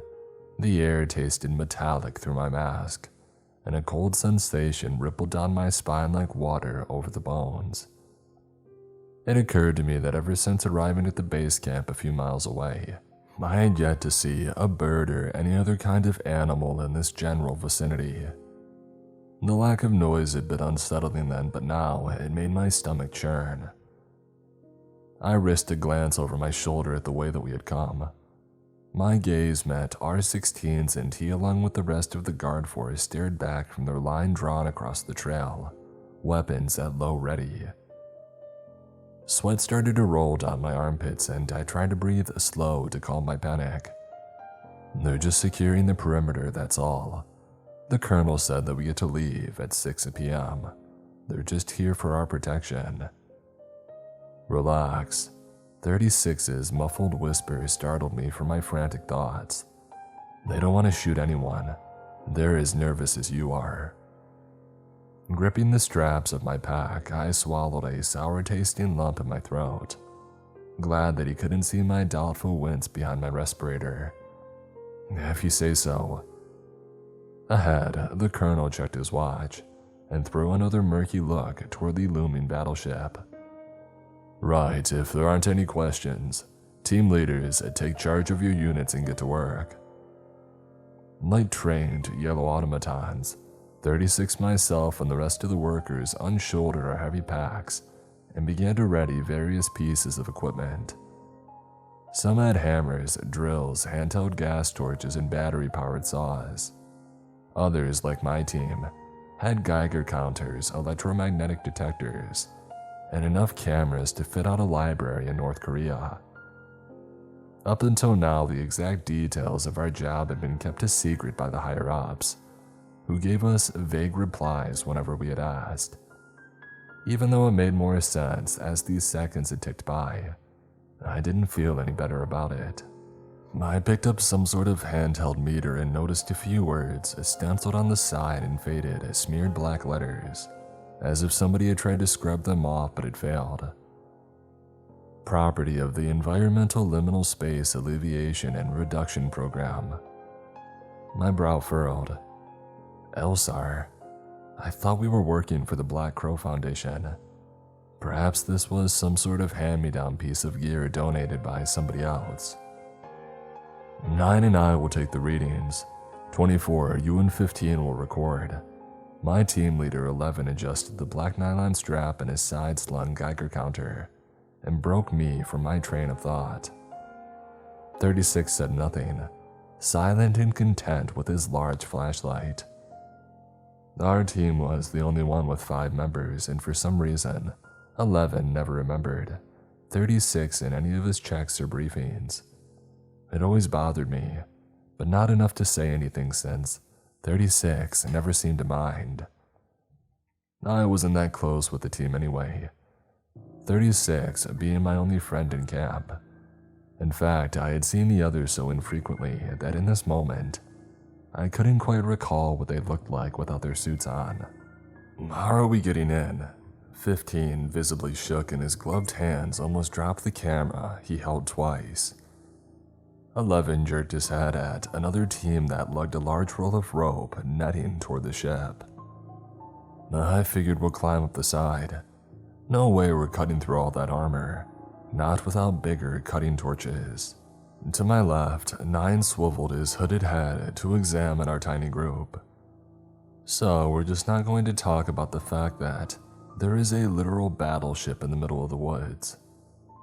His voice rang out louder than he likely had intended, and all but 36 froze. 11, 15, and I all glared at 9, our eyes darting toward the nearby guards. None looked our way, but still my skin crawled. That was way too close. As if he thought the same thing, 9 let his shoulders slump in a sheepish, uncomfortable apology. Later, 11 hissed behind his respirator and rolled his deflated rucksack up in a tarp to keep the rain from soaking it further. The rest of us followed suit, and with our gear shouldered, we headed for the beach to steal warship. In a broad line, our team moved along with the other scanners and swept the ground with our detection equipment for any signs of abnormality. I carried a small notepad on a clipboard, a camera mounted on my left shoulder and a special nylon harness. 15 recorded 9's electromagnetic readings, and I took down the radiation levels from 11. 36 walked along beside me with his oversized flashlight and said nothing. 0.6, 0.3, 0.5. 11 droned on, his voice almost as automated as the clicking counter in his gloved hands. Nominal, nominal, nominal. I scratched the numbers down with my pen and tried not to look up at the ship that loomed ever closer. Per our brief instruction on the equipment, radiation levels were normal for the most part. 9 couldn't find anything remotely strange about the electromagnetic fields in this area. Yet in my mind's eye, I could see 7's contorted face, hear his inane screams, and I shivered. All around, the scattered branches from the trees that the ship had crushed poked into the sky like skeletal fingers, as if silently trying to warn us away. An icy sensation ran down my back, and I imagined them reaching for me, their silent screams a strange static that rang in my head. It escalated into a roar so that my ears itched and the breath stuck inside my windpipe like it had been glued there. For a split second, the noise crashed in waves against the inside of my skull, along with the low, monotone beeping, almost like a rhythm or a pattern. Something grabbed my shoulder and I almost jumped out of my skin in fright. 36 met my frightened gaze and pointed with his flashlight ahead of me. "Stay focused, you have to climb now."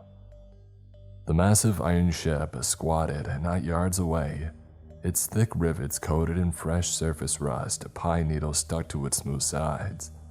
The red paint from beneath the waterline chipped and peeling. All the scanning team stood in line at the side of the ship and gaped up at it. Though with their masks on, I couldn't see their slack jaws.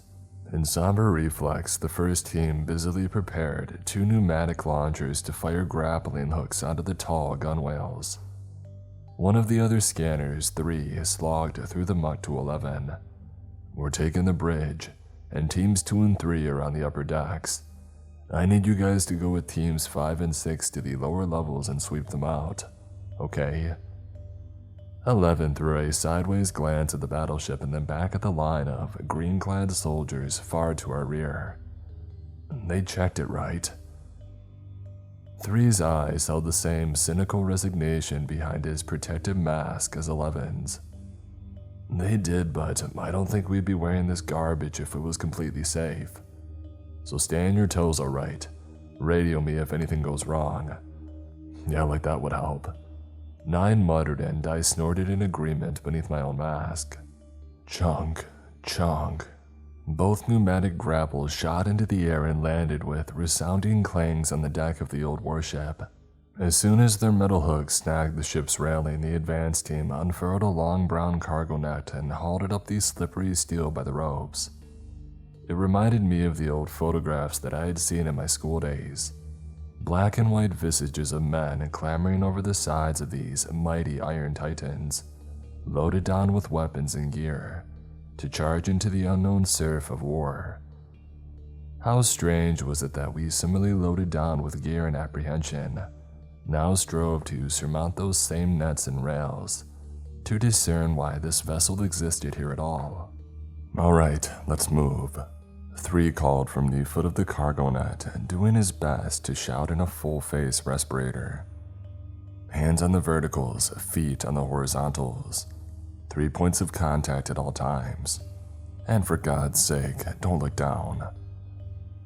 My heart leapt into my throat, but I swallowed hard and sloshed through the rain after the others toward the net.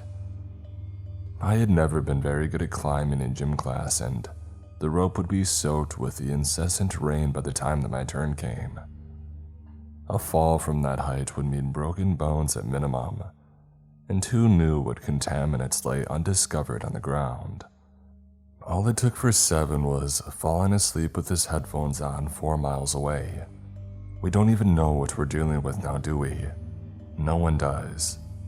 The promised $250K payment for this job struck me as pitiful now, as I stood at the threshold of whatever monstrosity the authorities had stumbled upon in this desolate stretch of Ohio's wilderness.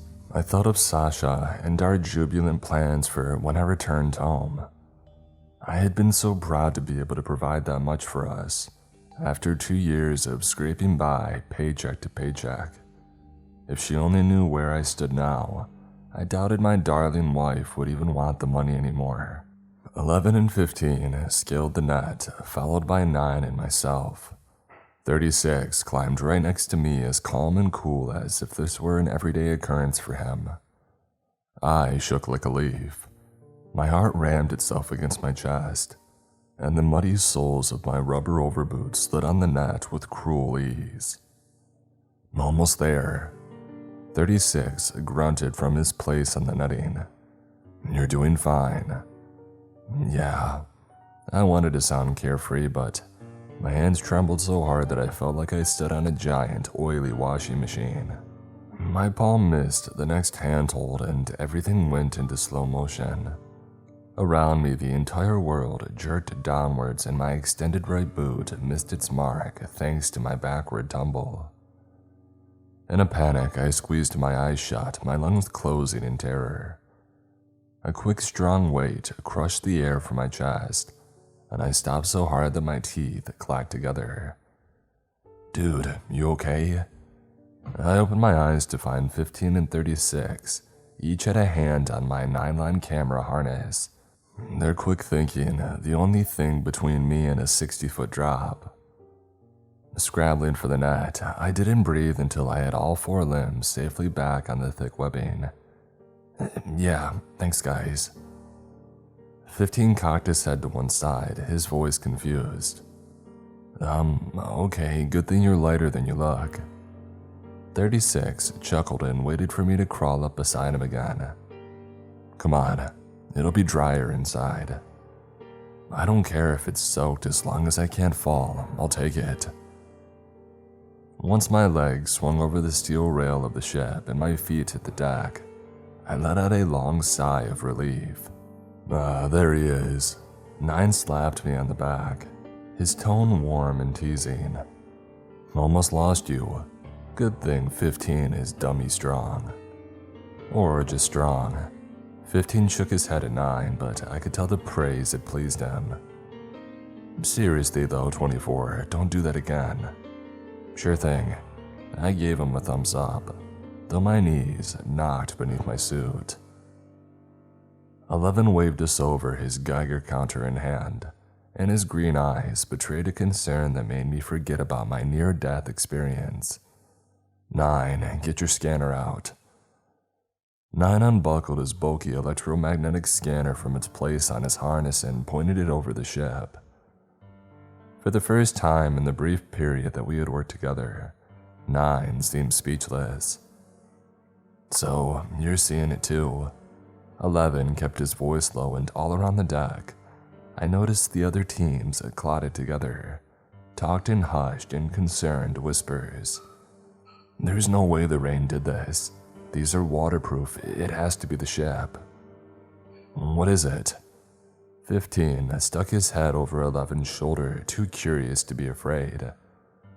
11 held up his device and my gut soured. 9's electromagnetic scanner was having what amounted to be a mechanical seizure, where in 1 second it flew off the charts on high readings, and the next it dropped down to nothing at all. 11's Geiger counter, on the other hand, showed a radioactive detection, but not in a consistent pattern. It didn't spike randomly like 9's readings, but pulsed in a rhythmic, almost synchronized beat, like an irradiated heart monitor. The 15 and I stood frozen, too stunned to record the rapid-fire measurements. 11 tapped the side of his counter with frustrated knuckles but couldn't get it to stabilize. "I'll let 3 know, and he'll radio back to the colonel. Maybe he'll pull us out. Sit tight, guys." The instant that 11 walked away, 9 turned to us and cast a few furtive looks around the deck. "Something isn't right. I was told this would be a chemical cleanup job, not some naval version of Chernobyl. And how on earth did they get this thing way out here anyway?" "They couldn't have." 15 crossed both arms in his typical discomfort at anything that resembled a threat to normalcy. "It has to have been an accident. Maybe there was a flood or something." 9 set both hands on his hips in indignation. "A flood? Look around, man, we're miles away from the nearest major river, and at least 2 states away from the ocean.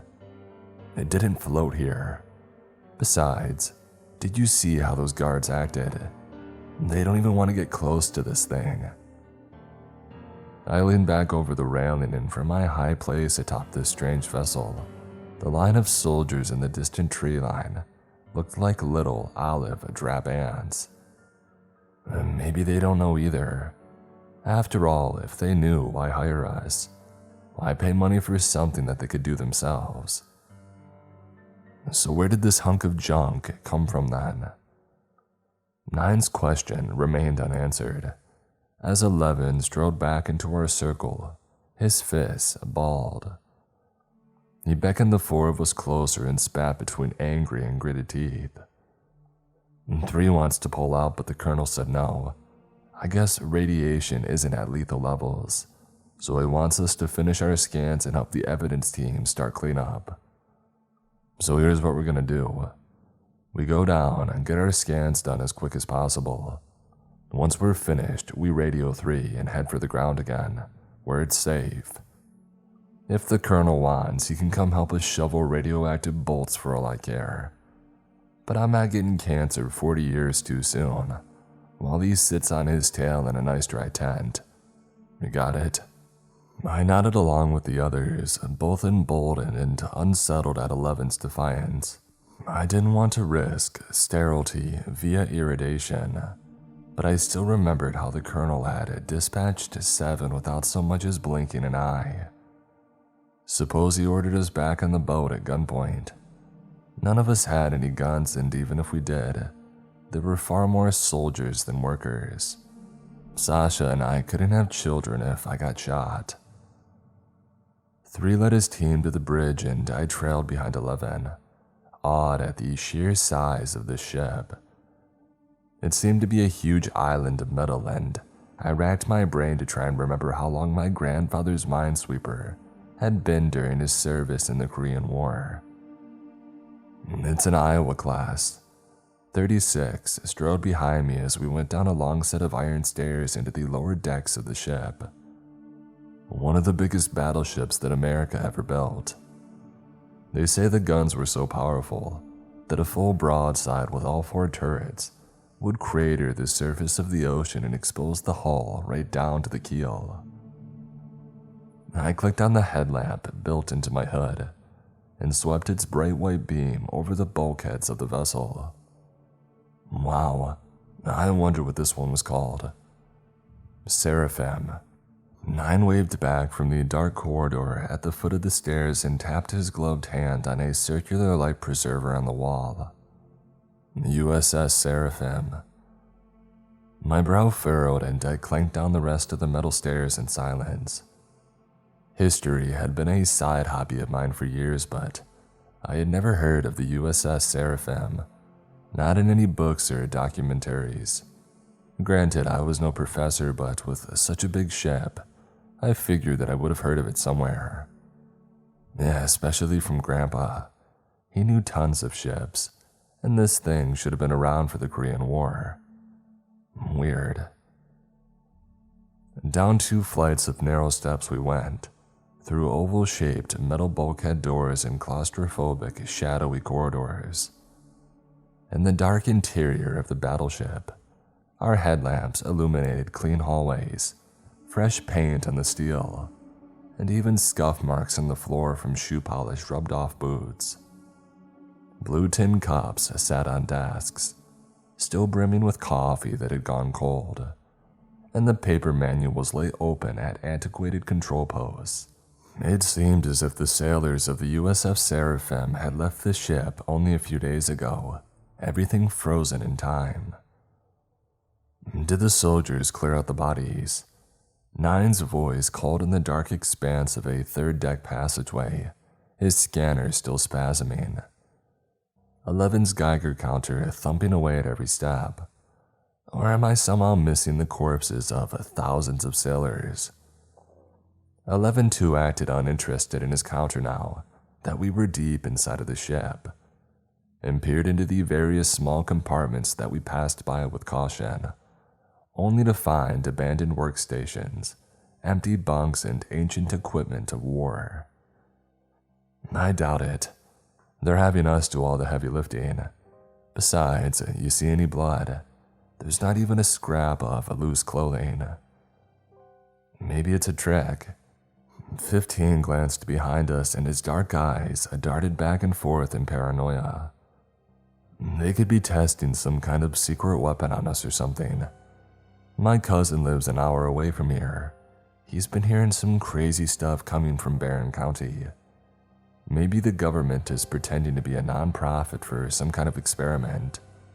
Or 9 poked his head into a room and searched the abandoned space with his light. Somebody else put this thing here to draw us in, like a mousetrap with cheese. Who? Aliens? 15 tried to sound incredulous, but his gloved hands shook with their clipboard and pen, his headlamp wavering as well. 9 shrugged and kicked at a stray pebble from 11's muddy boots. I don't know, you remember 7's meltdown. He was screaming about a long dark road falling from the sky and voices. I'm telling you, this thing didn't get here on its own. It was put here on purpose. It doesn't matter how it got here. 11 checked his counter, but from the way his shoulders hitched in anxiety, I wondered if he didn't secretly agree with one of their theories, or both. The sooner we get this over with, the sooner that we can leave.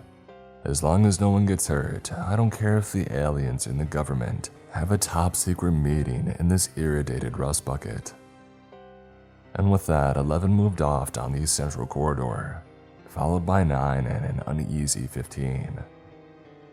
And chafing at being left in the rear yet again, I picked up my boot to step through the next bulkhead after them. A beeping sound.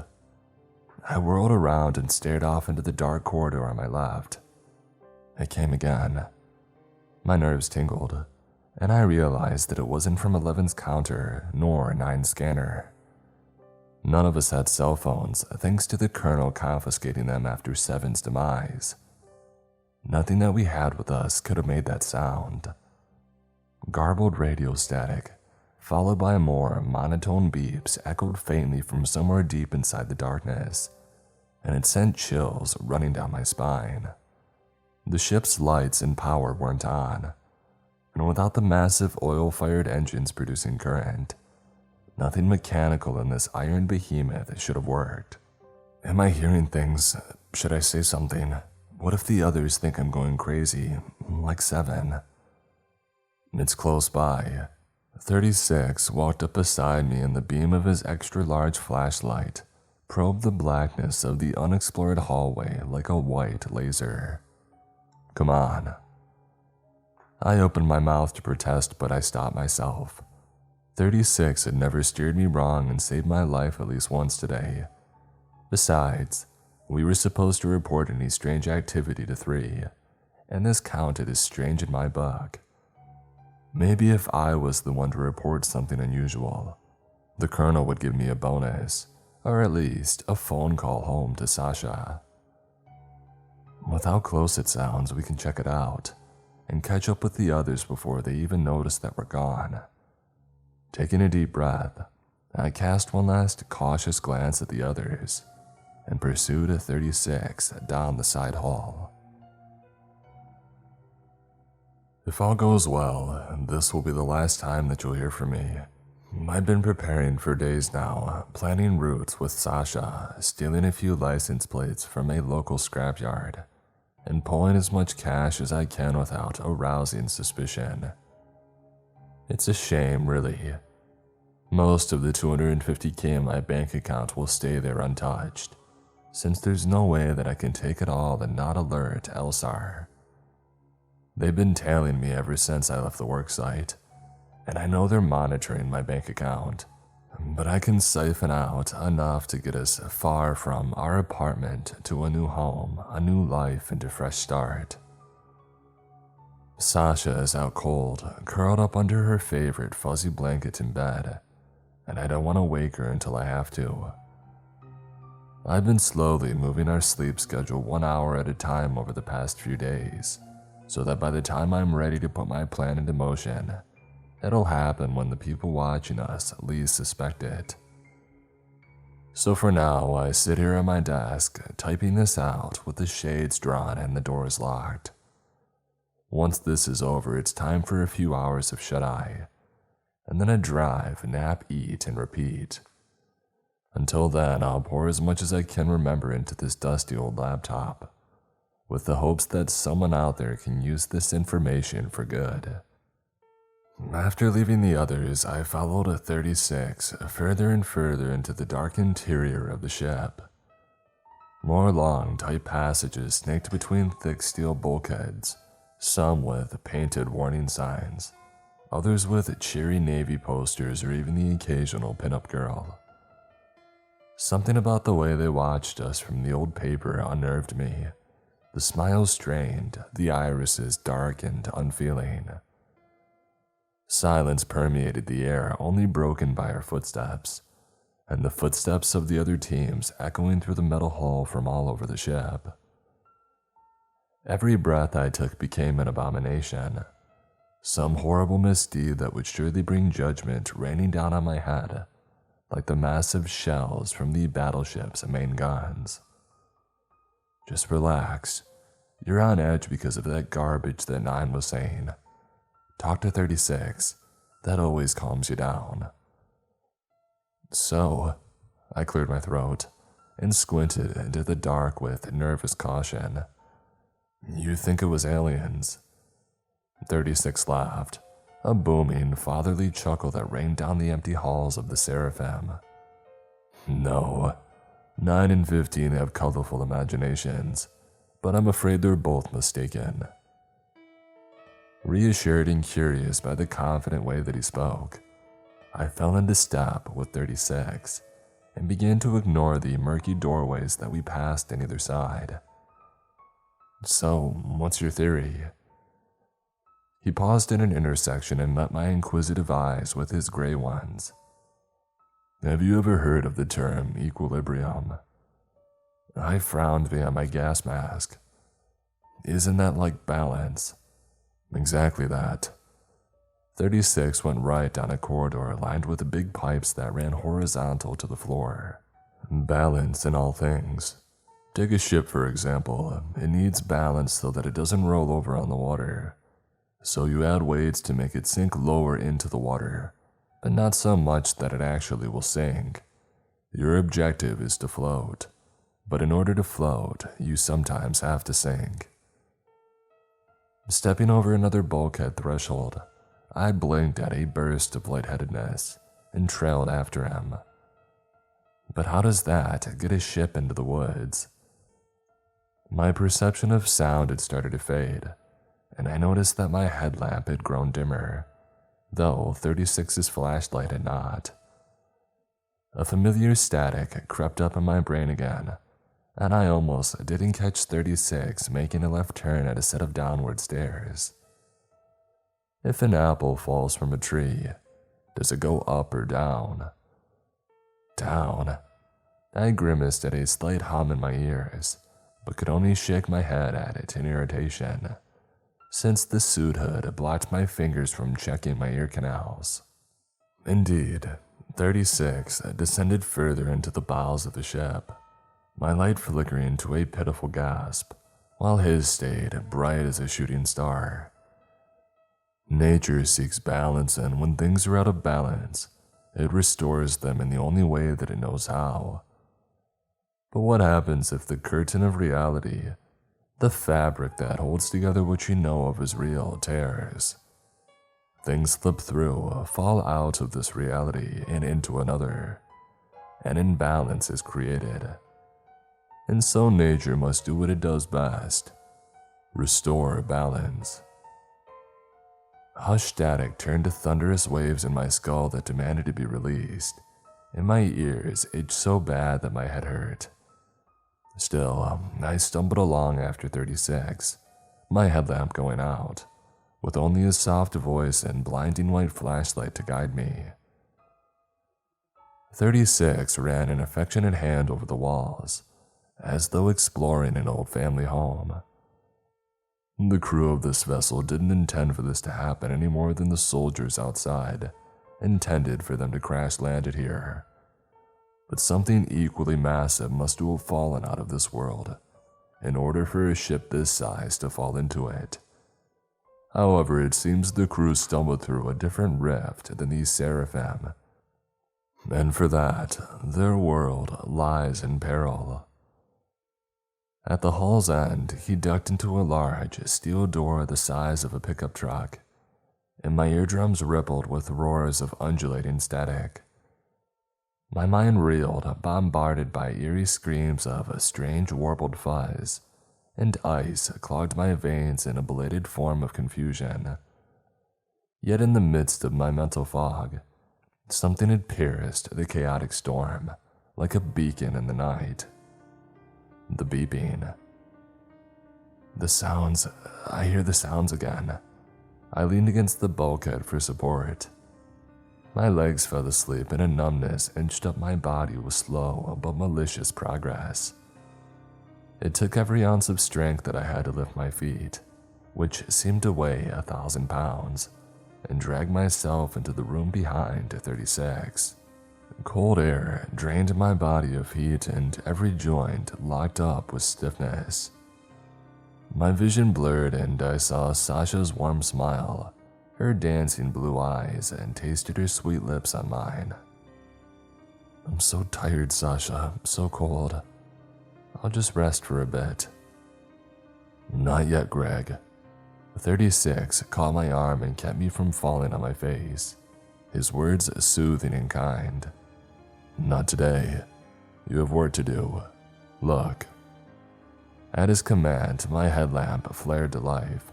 The static died in my head, and I sucked in a gasp of air through my mask. In front of me, an array of complicated switchboards, dials, and controls waited. All the bulbs lit up like a Christmas tree. Newspaper clippings hung from a large corkboard bolted to the cramped walls of the compartment, along with a few black and white photographs of smiling, voluptuous pinup girls. A clock built by little round dials into the console read 13:02. At the forefront of the array stood a single black metal chair, and on the desk, a set of antique black headphones. Paralyzed by the silence of my brain clearing, I gaped at the room in awe. Beep. I recoiled from the headset in surprise. It beeped again. A radio. My whole body shook in perplexed fear, but a strange curiosity overrode any sense of flight. A working radio, how was that possible? 36 picked up the headset, its long black rubber cable plugged into the control panel, and held it out to me. Nature needs balance, Greg. 7 ran from it and thus lost himself in it. You have a choice. Restore balance or plunge into the storm. Like a jackhammer, my heart thudded inside my chest and I stared at the headset in my hand. With an ominous click, the little dial clock on the panel rolled over to 13:04. Deep inside my mind, like a flame lit in the dark, something shifted. Close the rift. As soft as a butterfly's wing beat, the whisper called to me, not a man or a woman, but a cool metallic voice, emotionless and yet unthreatening. It calmed my raging flood of anxiety. The ice left my veins and the compartment seemed a little less foreign in that moment. This someone didn't mean any harm. No, not someone, I realized. It was the voice of something. Something enormous, cold, and made of steel. I hear you. Muscles operating on autopilot, I sat down at the desk, unzipped my protective hood, and focused all my energy on my thoughts. I want to help. Without my bulky hood, the air felt cool and fresh, and it dried the sweat on my neck in seconds. My name is Greg. The pulse in my temple slowed from its panicked race, and with a smile, I placed the headphones over my ears. What are your orders, Seraphim? 24. I opened my eyes and stared into the bright glare of no less than 7 LED headlamps. 11, 9, 15, 3, and 2 soldiers stared at me from the narrow doorway of the compartment, eyes wide with shock behind their mask visors.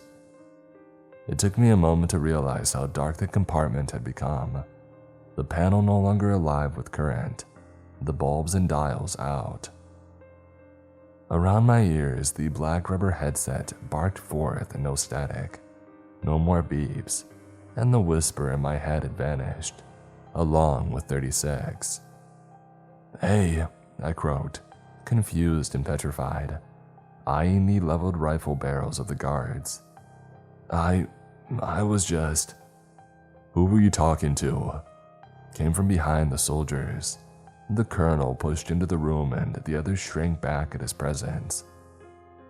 Seven's anguished face flashed through my memories again, and I snapped my mouth shut, unable to formulate words.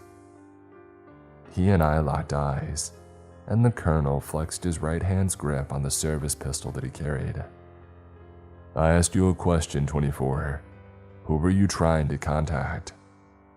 I don't know. I wasn't trying to radio anyone. Please don't shoot me, please. I don't want to die. But instead of bleeding for mercy, I glanced back at the desk, clothed in shadow before me, and spotted an open logbook at my right elbow. I came here with 36. He and I went to investigate a sound that we heard. Following my gaze, the colonel saw the book and his eyes narrowed to suspicious slits. With the careful movements of a cat stalking a mouse, he edged around me and picked up the logbook. One little portion of his face that I could see took on a stunned expression. Is this your handwriting? The colonel pushed the logbook at my face, and among a long series of entries, my own pencil marks lay on the paper. Dashes and dots and thick, bunched patterns. What the? When did I write that? I just sat down. I didn't even say anything over the radio. My face heated up and I squirmed in my chair, too afraid and confused to think clearly. I don't even know what that is. It's Morse code. The colonel withdrew the book again to himself and studied it, using the barrel of his pistol as a pointer on the pages. R16, look around for a code book. There should be a manual around here somewhere.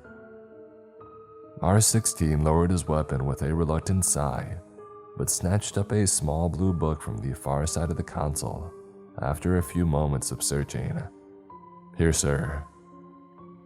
Tense silence followed while the colonel worked with the logbook and pencil, alongside 3 far to my right. R16 and R12 blocked the door behind me, their rifles still trained on my chest. 11, 9, and 15 huddled to the left side of the compartment, watching me with half-terrified stares. It made me feel like a caged animal, and I only wished to pull my protective hood back up, run to the rainy world outside, and back home to Sasha's waiting arms. The pencil tumbled from the colonel's gloved hand. He looked down at me in the little metal chair, and for the first time, I caught a gleam of disbelief in his eyes. Who did you say you were with? 36, I coughed, my throat dry as a bone all at once. One of the other workers in my team. At this, 3, 11, 9, and 15 all shook their heads in unison. 24, there is no 36. 3 moved to rub his forehead but couldn't thanks to his suit and across his arms instead. You're a part of a team of 4 just like everybody else. We only have 32 workers on our force, not 36. Stunned, I almost fell out of my seat. But he saved my life in the nets. I fell and 36 helped catch me. 15, tell them you were there. 15 took an instinctive step back at the entire room, now looking at him, and dropped his gaze from mine to the floor. Dude, I caught you. I was surprised that I could do it too with only one hand. There wasn't anybody else. Like a thunderclap, it hit me. On the ladder, 15 had seemed confused to me, thanking both him and 36, because to him we were alone. The colonel hadn't been upset about the strange retro candy bar that 36 had given me for my birthday. He was just stunned to see candy from the 1940s looking brand new. I was the only one who had ever spoken to 36, or included him in our team. 11 never assigned jobs to him. 9 never joked with him. 15 never asked him questions. Only me. Because 36 hadn't been there. But before I could panic at the sheer insanity of that realization, my eyes caught a small blur of black letters stenciled on one of the Geiger counters held up by the guards. Property of the Environmental Liminal Space Alleviation and Reduction Program. just like the wording that I had seen on the dosimeter on my first day. The more I looked, the more that I saw it, printed on an obscure label on these small rucksacks all of us workers had been given, stamped onto the receivers of the rifles in the guards' hands, and etched into the handheld radio that was hooked to the colonel's belt. These weren't hand-me-downs. This was company property. We were company property. And it occurred to me that in the entire time that I had worked here, I had never once seen an emblem or a label for the Black Crow Foundation, only for Elsar. Because just like 36, the Black Crow Foundation wasn't real either. They're not going to let me leave now. I'll be shot or worse. I'll never see Sasha again. Tears welled up in my eyes and I fought them in desperate panic. Please, I'm fine really, I'm not dangerous, really, I'm not. I'm not like Seven, I don't hear voices or anything. Please, Colonel Sir, you don't even have to pay me for today, I'll just go. Today, the Colonel leaned down to meet my eye level, his harsh tone softened by shock. 24. You've been missing for 3 days. What? I pleaded, and my outstretched hands trembled with despair. That's not possible. It hasn't even been an hour. Calm down. He placed the logbook in my lap and the Colonel patted me on the shoulder with an almost sympathetic touch. Just stay calm and nobody will shoot you, all right? I need you to do something for me. Just this one thing and you can go home. I promise. Read this. Really? Hope and relief welled in my chest. I snatched up the logbook and sniffled back tears behind my gas mask. Home. I would be home by the end of the week with Sasha and I could put all of this behind me. This entire idea had been one big lousy mistake, one I swore to myself that I would never repeat. But my eyes found the words on the translated page and I fought to breathe. 12:19 incoming. BB-136, come in BB-136. This is CV-24. We have lost visual of you in the northern quadrant of the AO. Repeat, we have lost visual of you. Please confirm location, over. 12:25 incoming. BB-136, this is CV-24, 7th Fleet. What is your location? 12:37 incoming. BB-136, USS Seraphim, are you reading us? Over. 12:42 incoming. BB-136, please confirm your location and status. 12:46 incoming. BB-136, be aware that multiple Soviet submarines have been reported in your vicinity. Are you under attack? Over.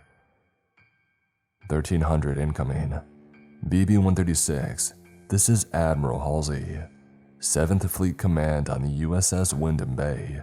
If you do not report within the next 10 minutes, I will assume you have been attacked by the enemy and will engage all Soviet craft within the area of operations with our full arsenal, including our atomic systems. For the last time, USS Seraphim, please respond. My gaze traveled to the newspaper clippings on the wall, and a horrific dread filled my guts. Each of the headlines came from post-World War II dates, but the events were all wrong. Truman vows to retake Poland from Soviets as atomic race intensifies. Stalin sends warships around Midway to thwart rumored US nuclear-capable warships. Red Army tanks score off with Allied soldiers in deadly showdown outside of Berlin. 7th Fleet sent to force Russian submarines from Pacific shipping lanes. The others watched my reaction with startled wonder, but for me, the truth rang like the long screaming descent of a bomb. It never ended.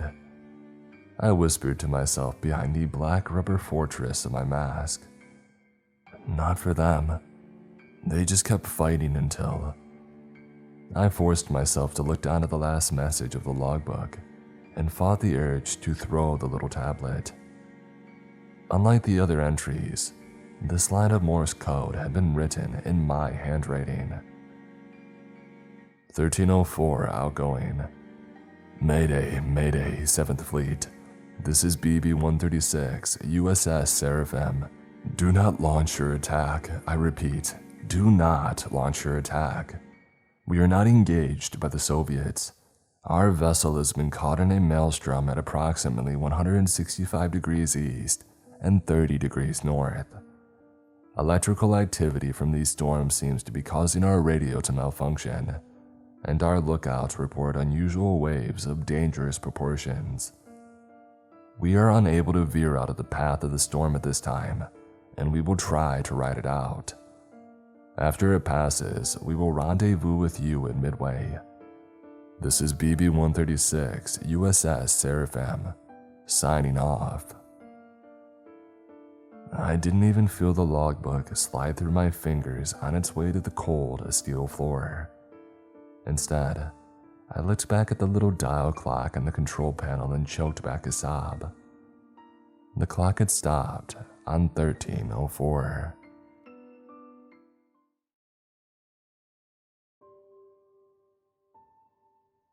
My great-grandfather fought during World War I as an infantryman in the British Army.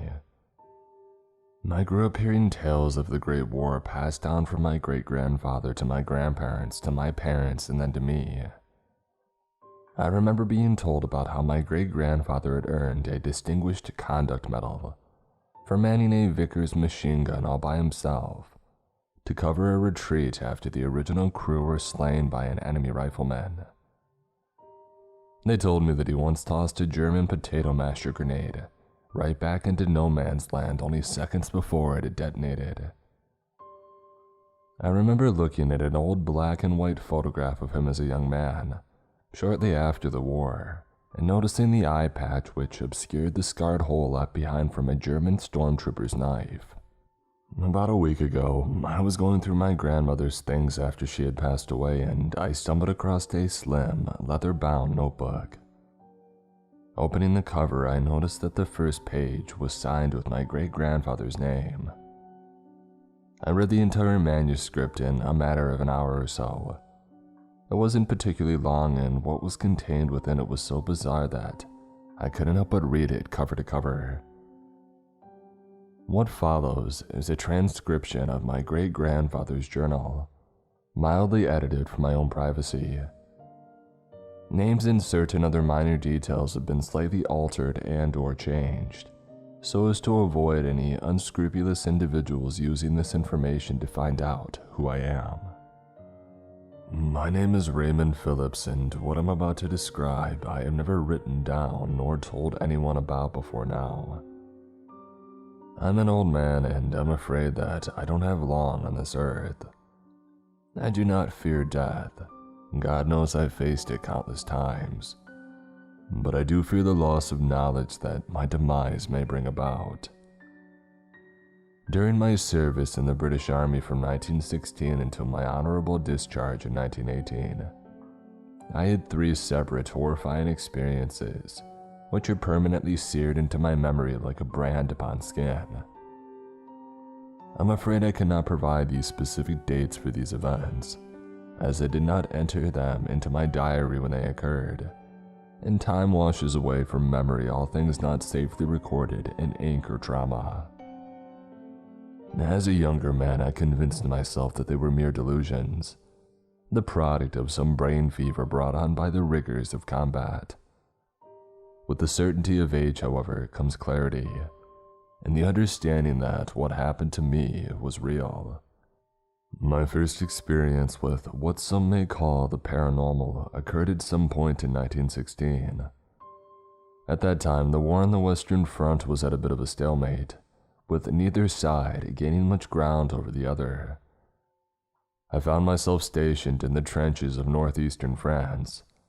It was while that we were moving in to relieve the troops at the front line that I got the first hint of what was to come.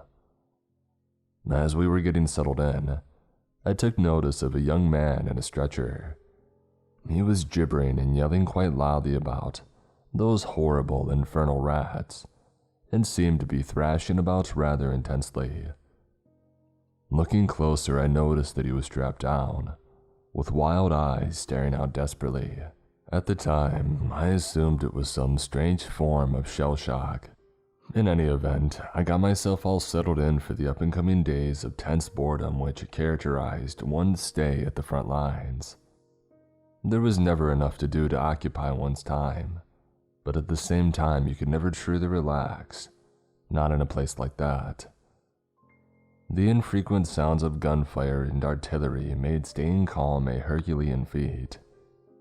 It was nearly always cold and damp, with rats scurrying underfoot. While the verminous little beasties were far from pleasant, I still didn't quite understand how they could frighten the chap in the stretcher so badly. Not when there were so many other more practical horrors which could occupy one's mind. Even on the quietest of days you would need to keep your wits about you. Death was always nearby. There were almost daily casualties, 1 or 2 men dying from disease, artillery, or a well-placed shot from a German rifle on the other side of no man's land. The bodies of the dead, when we could safely recover them, were stacked up in a relatively unused portion of the trench and covered with a blanket. They would remain there until such time as they could receive some form of proper burial. Standing guard in that particular area was obviously not a very enviable position. I found myself on guard duty one night, relatively isolated from the rest of the men. Nobody ever slept too close to the corpse piles, so I didn't even have an unconscious companion to break the stillness with snoring. I was alone, with only the distant roar of artillery and a pile of the dead to keep me company. As I stood there, cigarette in one hand and rifle in the other, I began to hear the sound of faint digging, as if mud was being moved aside with a small trowel. I looked around for the source of the noise, wondering if it was just my imagination or, God forbid, the Germans were tunneling into our trench. Extinguishing my cigarette in the damp mud, I readied my rifle and affixed its bayonet, preparing myself to fight and sound the alarm if need be. As I peered about the trench, I noticed a hint of movement from under the blanket which obscured the bodies of the dead. The sound of digging continued and my heart began to thump louder in my chest as I approached its source. Very gently using my bayonet, I lifted the edge of the blanket. As I did so, I caught a glimpse of the rotting, disfigured face of the man beneath it, and I had to look away for a moment to retch. When I composed myself, I looked again and saw with horror that the body appeared to be moving slightly. My face went pale as I grew worried about the possibility that the dead man may be awakening, until I realized that the corpse was being pulled towards the side of the trench, as if somebody within the wall was grasping it by the ankles to drag it into some unseen tunnel. Determined now, I lifted the blanket off the pile entirely, aiming my rifle towards what I thought was the source of the digging sound and the corpse's movement. I gasped in abject horror as I saw a pair of sharp-tipped claws extending out of the trench wall from a crudely dug hole, and grabbing a hold of the corpse with both hands. I was shaking with fright, causing me to miss my shot at the beast and hit one of the bodies instead, causing a splash of coagulated red to spray out of the bullet hole. There was a monstrous screech as though the sound of some overgrown rodent, and the claws retreated back into the hole, the makeshift tunnel collapsing as it did so. I stood careful watch over the corpse pile for the rest of my shift, listening intently for any sounds of scratching or digging, but none came. Nobody questioned the gunshot the day after, as we were all fairly used to gunfire by night in the trenches, and so I gave no explanation for it. I would like to say that was my only encounter with one of those vile creatures, but I did have one more a few weeks after the first. One of the officers got it into his head that we ought to sneak across no man's land by night and conduct a small trench raid. A few unfortunate lads, including myself, were assigned to the raid, and at around midnight, we went marching out towards the German trench under the cover of darkness. We were about halfway through no man's land when one of my comrades, a chap by the name of Corporal Douglas, I believe, was shot in the chest by a German sniper. As he fell, spluttering and coughing, I ducked down to the ground looking for cover. I found it in the form of a small crater, evidently formed from an artillery shell detonation. I dragged Douglas into the crater as I heard the chatter of machine gun fire meld with the screams of the dying. Evidently, either the German army was more attentive than we had expected, or we weren't nearly so stealthy as we thought. I took a look at the wound, paying no mind to raise my head over the edge of our makeshift shelter. It looked bad, worse than the simple soldier like myself had any chance to mend. But still, I did what I could. I poured a bit of whiskey from Douglas's hip flask onto the bullet hole, giving the rest to him to drink. And then using my knife, I cut a strip of cloth from my tunic into a makeshift bandage, wrapping it around the wound to keep some pressure on it and to staunch the flow of blood. All the while, as I worked on caring for Corporal Douglas's injury, my ears were assaulted with a sound of gunfire and shrieks of agony. I tuned it out as best as I could, focusing on what could be done rather than the all-pervading death which surrounded us.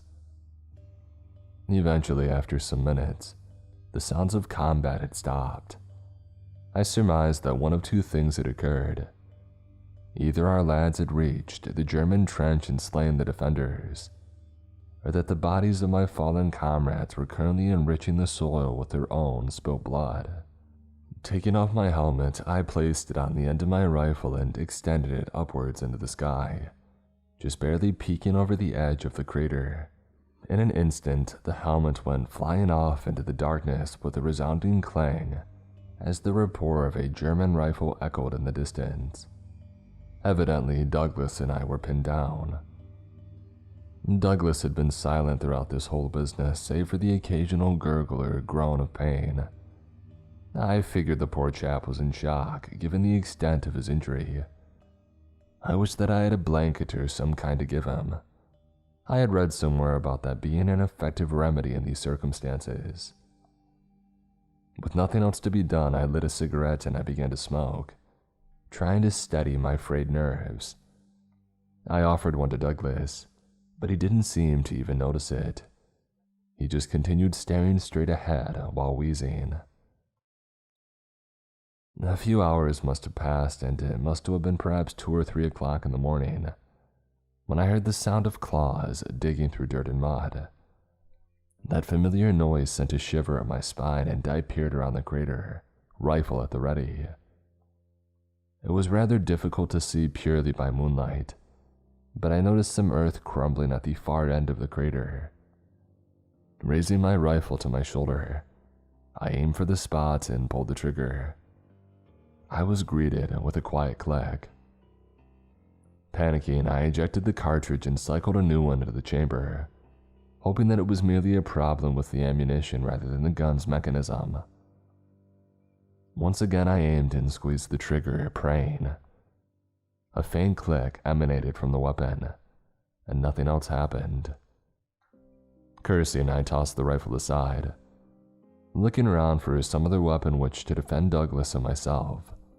I, of course, had my knife, but having seen the claws of that thing in the trench, I had no desire to try my luck in hand-to-hand combat. I could see its claws emerging from the ground, sharp and rodent-like. Finally, my eyes landed on the corporal's revolver, and I swiftly grabbed it from the holster and fired a shot towards the unholy beast. Thankfully, the sidearm was in perfectly good working condition, and the projectile struck true. There was an awful shriek, something like a cross between a rat's squeak and the wailing of a man in pain, and the claws fell limp. Though I still couldn't see the thing's face buried in the mud, evidently I had correctly guessed its position, and I put the thing out of its misery. I clapped Corporal Douglas on the shoulder and I whooped in glee, but my celebration proved to be short-lived. Scarcely had the expression of joy left my lips when I heard the sound of tunneling once again, this time to my right. I aimed the pistol at the sound of the disturbed earth and I waited. My hands were shaking through a combination of adrenaline and fear, so it was difficult to steady my aim. I decided to wait until I could see the whites of my unseen foe's eyes, so as to assure the best shot possible. As it turned out, the creature that emerged from the dirt didn't have eyes. A snout covered in greasy, pockmarked skin popped out of the earth, snuffling as it began to pull the rest of its bulk through the crude tunnel with its enormous claws. It was roughly man-shaped, resembling some sort of quadrupedal ape, though in overall appearance it suggested nothing so much as an overgrown, mangy rat. A set of sharp, jagged incisors extended out from his lips as it continued to sniff the air, evidently looking for food. After several seconds, I finally regained my composure enough to pull the trigger. Unfortunately, in my panic, I unloaded not 1, but 5 rounds into the beast, only stopping when Corporal Douglas's revolver ran out of ammunition. I continued pulling the trigger long after the beast had howled its death cry and slumped to the ground, motionless. Exhausted and under considerable mental strain, I finally put down the revolver and pulled out my cigarettes yet again, though the shaking in my hands made lighting one fairly difficult. It must have been a half hour or so after I shot the thing that the digging had started up again. This time I heard it from all around me. I grabbed once more for the corporal's pistol before realizing that it was still out of ammunition. Panicking, I rummaged about at his belt, looking for his speed loader. Corporal Douglas continued his heavy gurgling breathing, still completely unresponsive. It took me a few moments to notice the corpse of the thing that I had shot earlier being dragged back down into the hole from whence it came. Either the things had some sort of burial ritual for their dead, or more likely they possessed no moral objections to cannibalism. I finally found the spare ammunition and fumbled with the revolver, attempted to reload it as swiftly as possible. In my haste, I accidentally had peeked my head up slightly above the rim of the crater, and I heard the whiz of a bullet pass by inches from my ear. Quickly, I fell back down to the ground, but I dropped the speed loader in the process. Scrambling about in the mud for the fallen object, I heard digging from right next to me, from where Corporal Douglas lay. I looked up and saw a set of those awful, clawed hands pawing at him, beginning to drag him into the ground. Screaming in a combination of rage and terror, I drew my knife and attempted to stab at the vile claws, but I missed my mark, driving my knife into the dirt instead. The thing grasping Douglas reached out its claw and slashed my arm, causing me to yelp in pain as I staggered back. Doing my best to try and stop the bleeding, I watched in terror as those awful claws pulled poor Douglas into the burrow from which they had emerged. All the while he groaned and gurgled senselessly. I wept in horror and, quite out of my mind, ran out of the crater and towards our trench. As for how I survived that perilous flight across no man's land, I have no idea. It must have been blind luck, I suppose. In any event, I awoke a few days later in a battlefield hospital screaming about rats. A doctor told me that I was suffering from some sort of brain fever, and that I should be fine after a few days of rest. Nobody asked me about Corporal Douglas, and so, like with my first encounter with those inhuman monsters, I preferred no explanation. I never met with any of those horrid creatures again, thankfully, but the war was far from over and there was plenty more time to come face to face with unimaginable horrors, both mundane and supernatural. It was a bit over a year since my encounter with those rodent-like creatures before anything I would label as supernatural had occurred again. I'm not entirely sure of the exact month, but I'm certain that it was in the winter of 1917.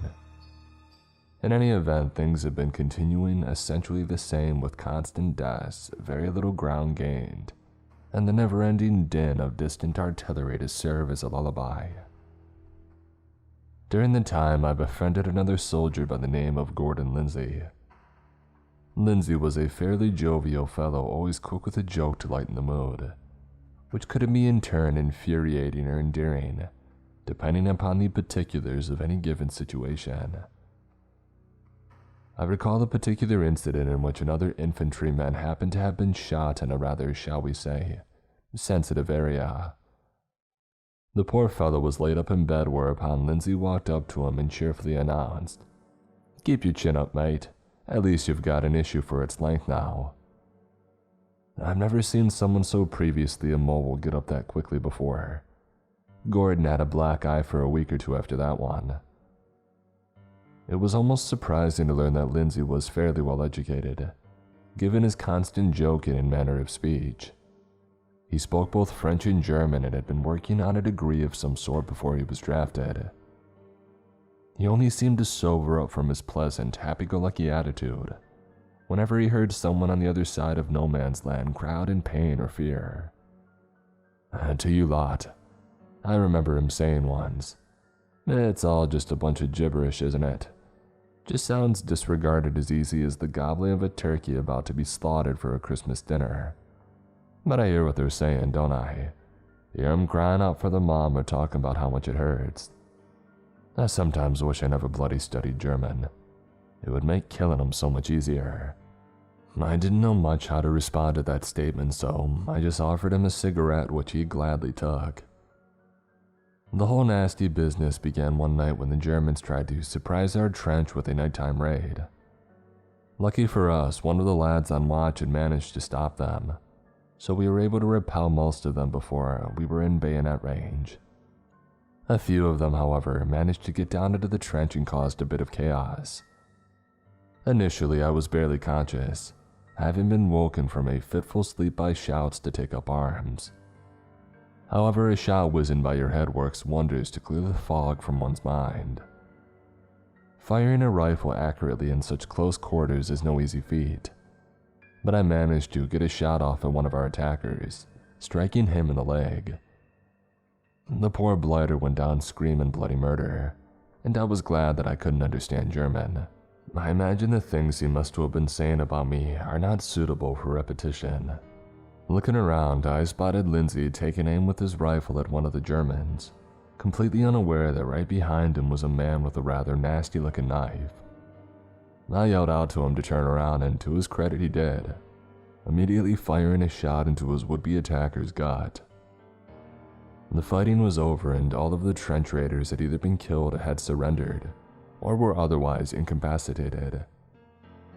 I jogged over to Lindsay, asking him if he was alright.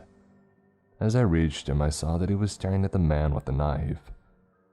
Following his gaze, I looked down at the fallen soldier, realizing that he wasn't quite dead. As I watched, the man made direct eye contact with Lindsay and cut his own palm with his knife. Red poured out of the wound, but the man didn't even flinch. He just kept staring right into Lindsay's eyes, boring into his very soul. Finally, he broke the silence, murmuring out some words in German that I couldn't understand. After uttering those words, his face went blank and his eyes clouded over. The man was dead. "What did he say?" I asked Lindsay, who was still staring directly at the corpse. He didn't respond. And grabbing his arm, I repeated my question. "Dang it, Lindsay, what did he say?" Shaking his head, Lindsay managed to mutter, "He said, the hound will take you in 7 days. He looked away from the corpse and over to me, giving a desperate half-smile. "Bit of an odd one that, innit, Phillips? Must have been trying to give me a bit of a scare, don't you think?" I nodded, seeing how much this was affecting him. There was this look of real, primal fear in his face. Now, of course, I had seen Lindsay kill people before, but he didn't like it. Only someone who was a bit sick in the head could, but I had never seen him this afraid before. It must be some sort of obscure German insult. Or maybe he was just starting to lose his head. It could be anything really, Lindsay. I wouldn't pay it too much mind, I said, trying to reassure him. He shook his head and chucked weakly. "He didn't lose his head, you half-wit. You and I both know that I shot him squarely in the chest." Laughing, I clapped Lindsay on the shoulder and pulled him off to join the others and figure out our next move. He seemed to be mostly back to his old self for the moment, but whenever he wasn't talking or cracking jokes, I could see this distance in his eyes, like he was still hearing the words that German soldier had said to him. For the next 3 days, things were largely back to normal, though I could sometimes see Lindsay staring off into space with an odd look on his face. He sometimes seemed like he was listening to some sound that I couldn't hear. I assumed he was just in a bit of a funk. Combat can do that to a fellow. It wasn't until the 4th day that anything actually strange happened. I was having a supper of tinned fish when suddenly Lindsay grabbed me by the arm and pulled me off to one side. I wasn't upset by this, as the meal was somewhat far from gourmet, but I was rather confused. "Lindsay, what's going on, old chap? What's gotten you in such a bother?" I asked, standing my ground and keeping us both in place. "Listen, Phillips, I have to show you something, but..." He looked around, seeming to check if anybody else was around to listen. "You have to promise me not to tell anyone, all right?" I stared at Lindsay, getting a better look at the expression on his face. He was terrified and completely serious. I nodded and he led me to a relatively quiet area of the trench, crouched down and pointed at the muddy ground. I followed where his finger pointed and I stared for a moment, before I processed what I was looking at. Pressed into the muck were a series of paw prints, each one at least a foot in length, pressing down a good 5 centimeters or so into the earth. Lindsay and I followed the trail of paw prints until they stopped at one of the trench walls. Peering carefully over the side, we saw the trail continue into the distant tree line. What manner of beast could leave prints like that? I muttered to myself, staring into the distant forest. Lindsay began to laugh hysterically. "Well, this is just bloody brilliant, isn't it? On the one hand, you can see the prints too, so I haven't gone totally barmy. On the other hand, there's a dang monster out there that get me." He began to double over with the intensity of his laughter, whooping and hollering in some sort of mania. I slapped him once or twice to try to pull him together, but it didn't work. He just kept laughing and laughing. Eventually, it grew to be too much for me, and I left him to his madness, storming off to find a dry spot to try and get some sleep. All night long, I could hear him cackling to himself, even over the endless percussion of distant explosions. When I did finally get comfortable enough to get a bit of rest, I dreamt that I was being pursued through the trenches by an unseen and enormous hound. The day after his laughing fit, Lindsay had become very quiet and kept mostly to himself. Everybody had heard him having his breakdown, and most of the lads steered clear of him, worried that he had gotten a bit funny in the head. I suppose I can't properly blame them, but it still felt bad seeing the poor chap all on his own. I tried to talk to him from time to time, but he just wouldn't respond. All he would do was stare off into space. At night, sometimes I would hear a distant baying. I prayed that they were only wolves. It was 7 days after the German soldier made his pronouncement when Lindsay finally spoke again. It was late that night and both of us were on watch, sharing a cigarette together in silence. Even if he wouldn't talk, Lindsay still had enough awareness to smoke. The artillery seemed a bit louder than usual that night, and every so often there would be an explosion out in no man's land that illuminated the darkness with a fiery explosion. I wasn't sure what the Germans were doing, but it made me nervous. I kept wondering if the next shell might strike us, that I wouldn't even have a chance to realize I was going to die before my life ended in a loud bang and a puff of smoke. Lindsay was staring off into no man's land when suddenly, Very calmly, he pointed out into the distance and spoke a single word. "Look." I looked out where he had indicated, straining my eyes in the pitch black of the night. "I don't see anything," I started to say when suddenly an artillery shell burst, throwing light upon the scarred landscape. I saw it. Standing there amongst the ruin and madness of mechanized warfare, I gazed upon the hound. It was as big as a tank and as black as smoke, with two burning red eyes gazing hungrily towards us. The thing had to be at least 3 meters high at the shoulder, but I can't say for sure. Ivory fangs jutted from its slavering maw, foam dripping from its lips. I felt like a mouse staring into the face of an owl or a fox, gazing down the barrel of a hunter's gun. The flash of the explosion lasted only an instant before all was darkness yet again. But even in the blackness, I could still see those terrible red eyes, staring towards our trench with an evil, unearthly hunger. I practically fell backwards in terror, all sense of discipline and duty overcome by the sheer horror invoked by that monstrous infernal hound. "Don't be frightened, Phillips. It's not you it wants," murmured Lindsay, still gazing out at the hound. Without another word, he began to climb over the edge of the trench, walking out into no man's land. He showed no fear, no trepidation. The look on his face was almost one of relief as he vanished into the dark. I scrambled over to the edge of the trench, not daring to follow him. I called out his name, begged him to come back, but he didn't even respond. Another explosion, and I saw the silhouette of my friend mere meters away from the hound, getting down on his knees before it. Its mouth was open now, its slavery maw filled to the brim with dagger-like fangs. "Lindsay!" I screamed, tears flowing down my face. The brief light from the explosion was swallowed up by the night. I waited for another explosion, each second feeling like hours. Finally, another detonated, and it lit up no man's land. But there was nothing there. There was no more hound, no more Lindsay. Not so much as a corpse or a pile of shredded clothing. In the far, far distance, I could hear a low and savage howl.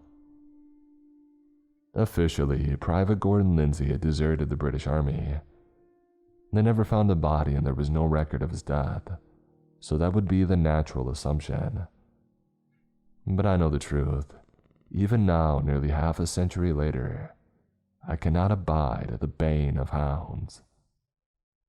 Unlike my great-grandfather's first encounter, black dogs and hounds are well attested in folklore with quite a number of sightings all throughout Europe.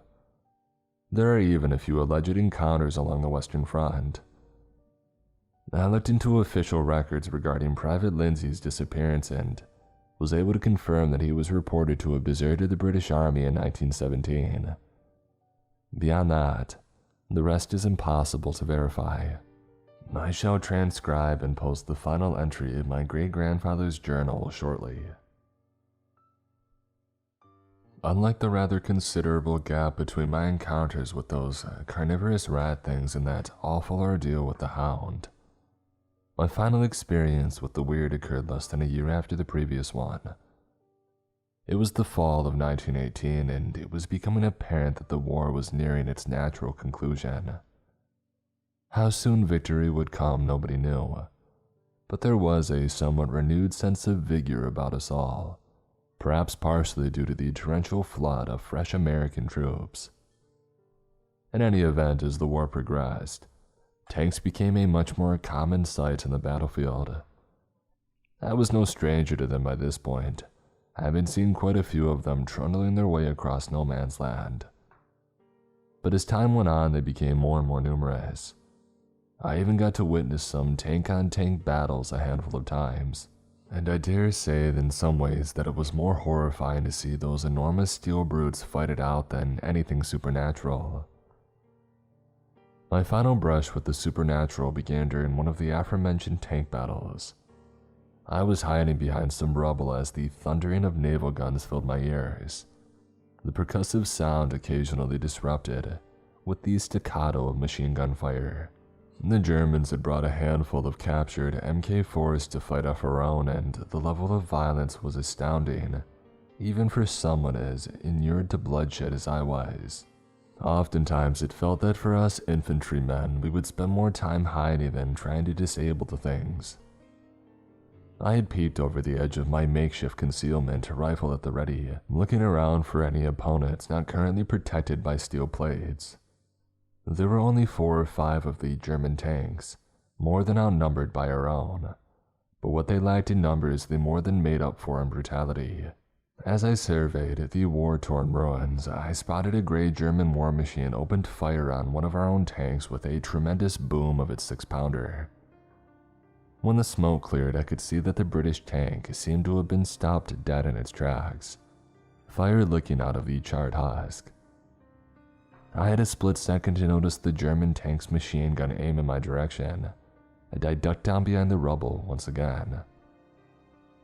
The chatter of the tank's machine gun quieted down after a few seconds of whizzing bullets, and I suddenly became horribly aware of how easily my makeshift cover could be blown to pieces by the tank's larger gun.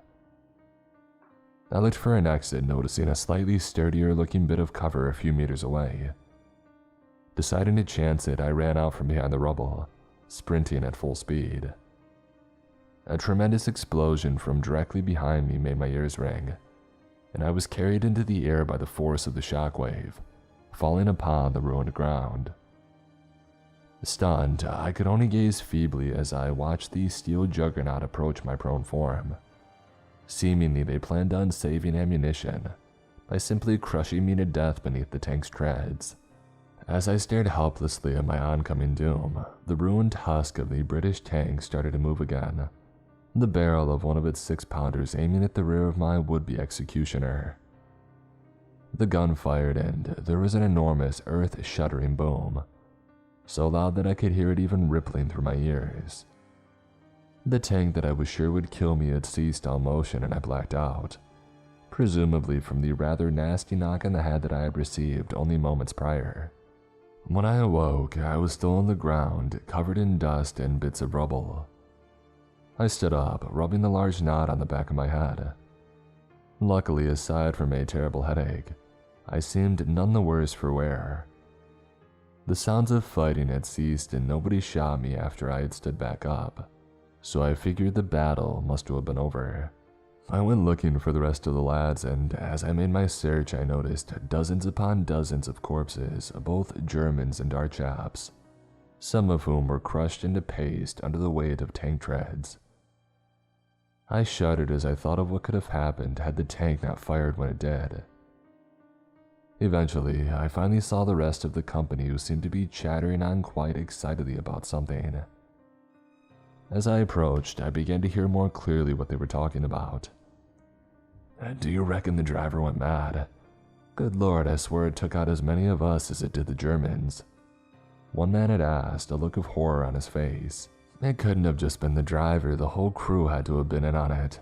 Otherwise, why would the machine guns have mowed down everything in sight?" Said another, his arms in a sling.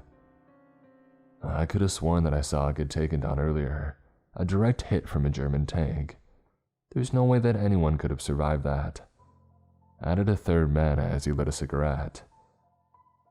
As I was about to ask what they were talking about, an officer, Sergeant Bentley I believe was his name, blew his whistle, and we all stood at attention on instinct. "All right, gentlemen, that's quite enough chit-chat," said Sergeant Bentley. "Just because we've won the battle doesn't mean that we have time to stand around and gossip. Now, as most of you are probably aware, it seems as if one of our tank crews got a bit, shall we say, overzealous." "Overzealous? They went berserk," cried out one of the men, breaking the silence. "Quiet," shouted Bentley, staring daggers at the speaker. "As I was saying, they seem to have gotten a bit carried away in the heat of battle, and there were a few incidents of friendly fire. Now that tank seems to have run off, as it were, out into the forest. We assume that the crew feels guilty for what they've done, and they've chosen to try and flee the consequences of their actions.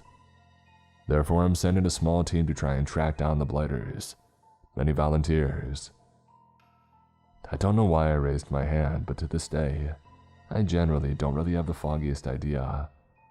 But raise it I did, and before I knew it, I and a few of the other lads were out trudging through the forest, following a trail of crushed undergrowth and knocked over trees.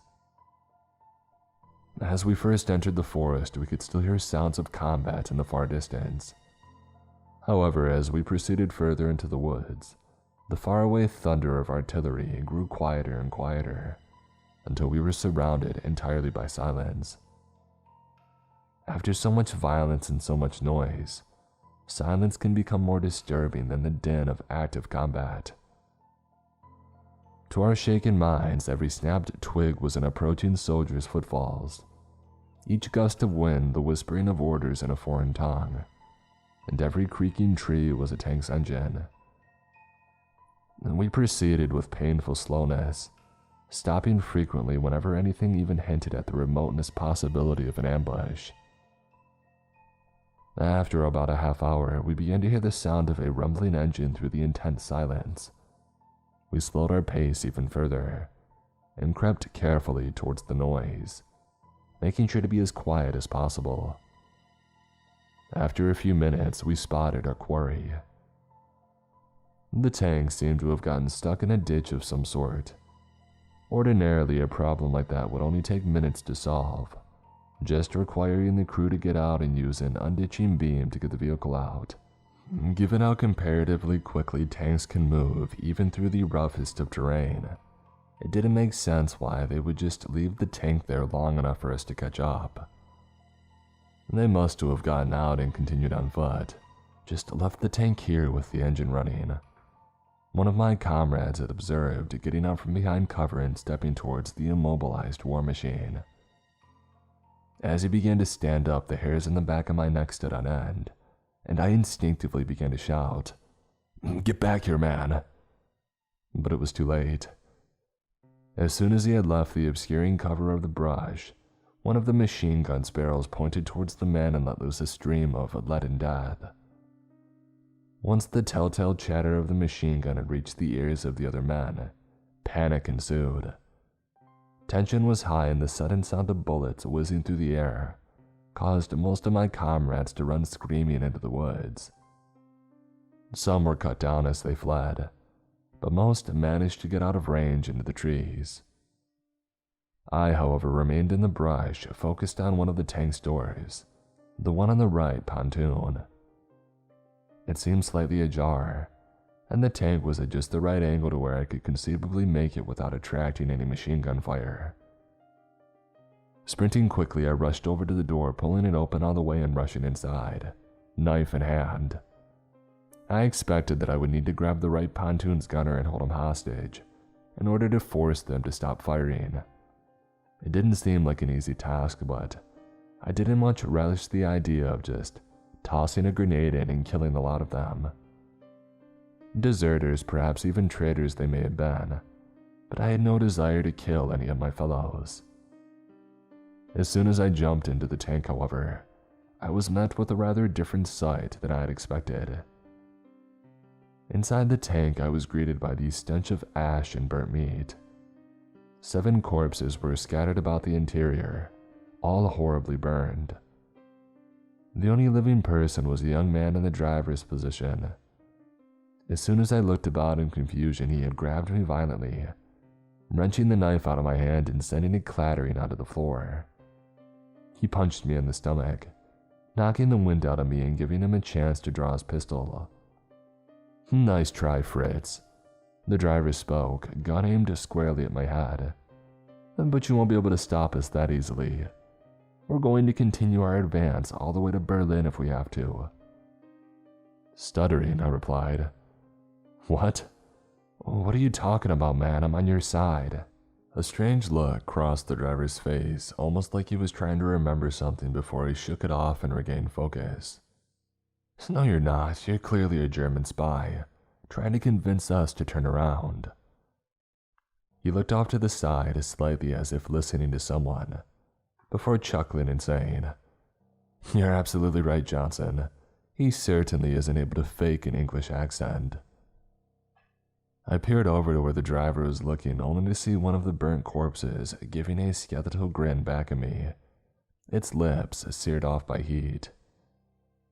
It seemed to be partially melted into the floor and was very clearly dead. "You're absolutely mad," I exclaimed, looking around at the corpses in horror. "Don't you realize the rest of your crew is dead?" The driver laughed. "Dead? No, no, no. You Germans may have taken out the commander with that lucky shot of yours, but the gunners and I are just fine, and we're going to take the fight all the way to the Kaiser's palace." As I was about to respond, suddenly I heard the rhythmic rat-a-tat of a machine gun firing. Looking around, I noticed one of the guns was aiming and firing itself, as if being manipulated by some invisible hands. "Excellent shot, Fred," exclaimed the driver gleefully.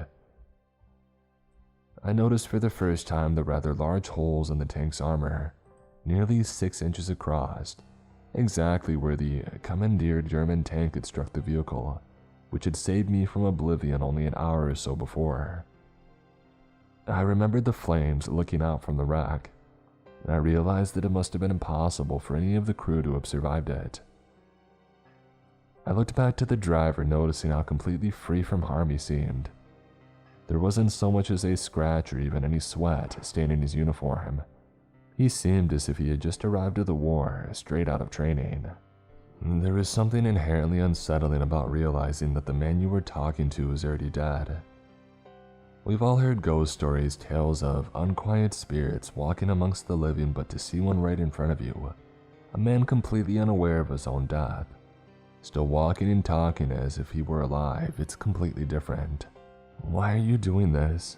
I asked, my voice shaky following my realization of what exactly the driver was. "Why? To win the war, of course.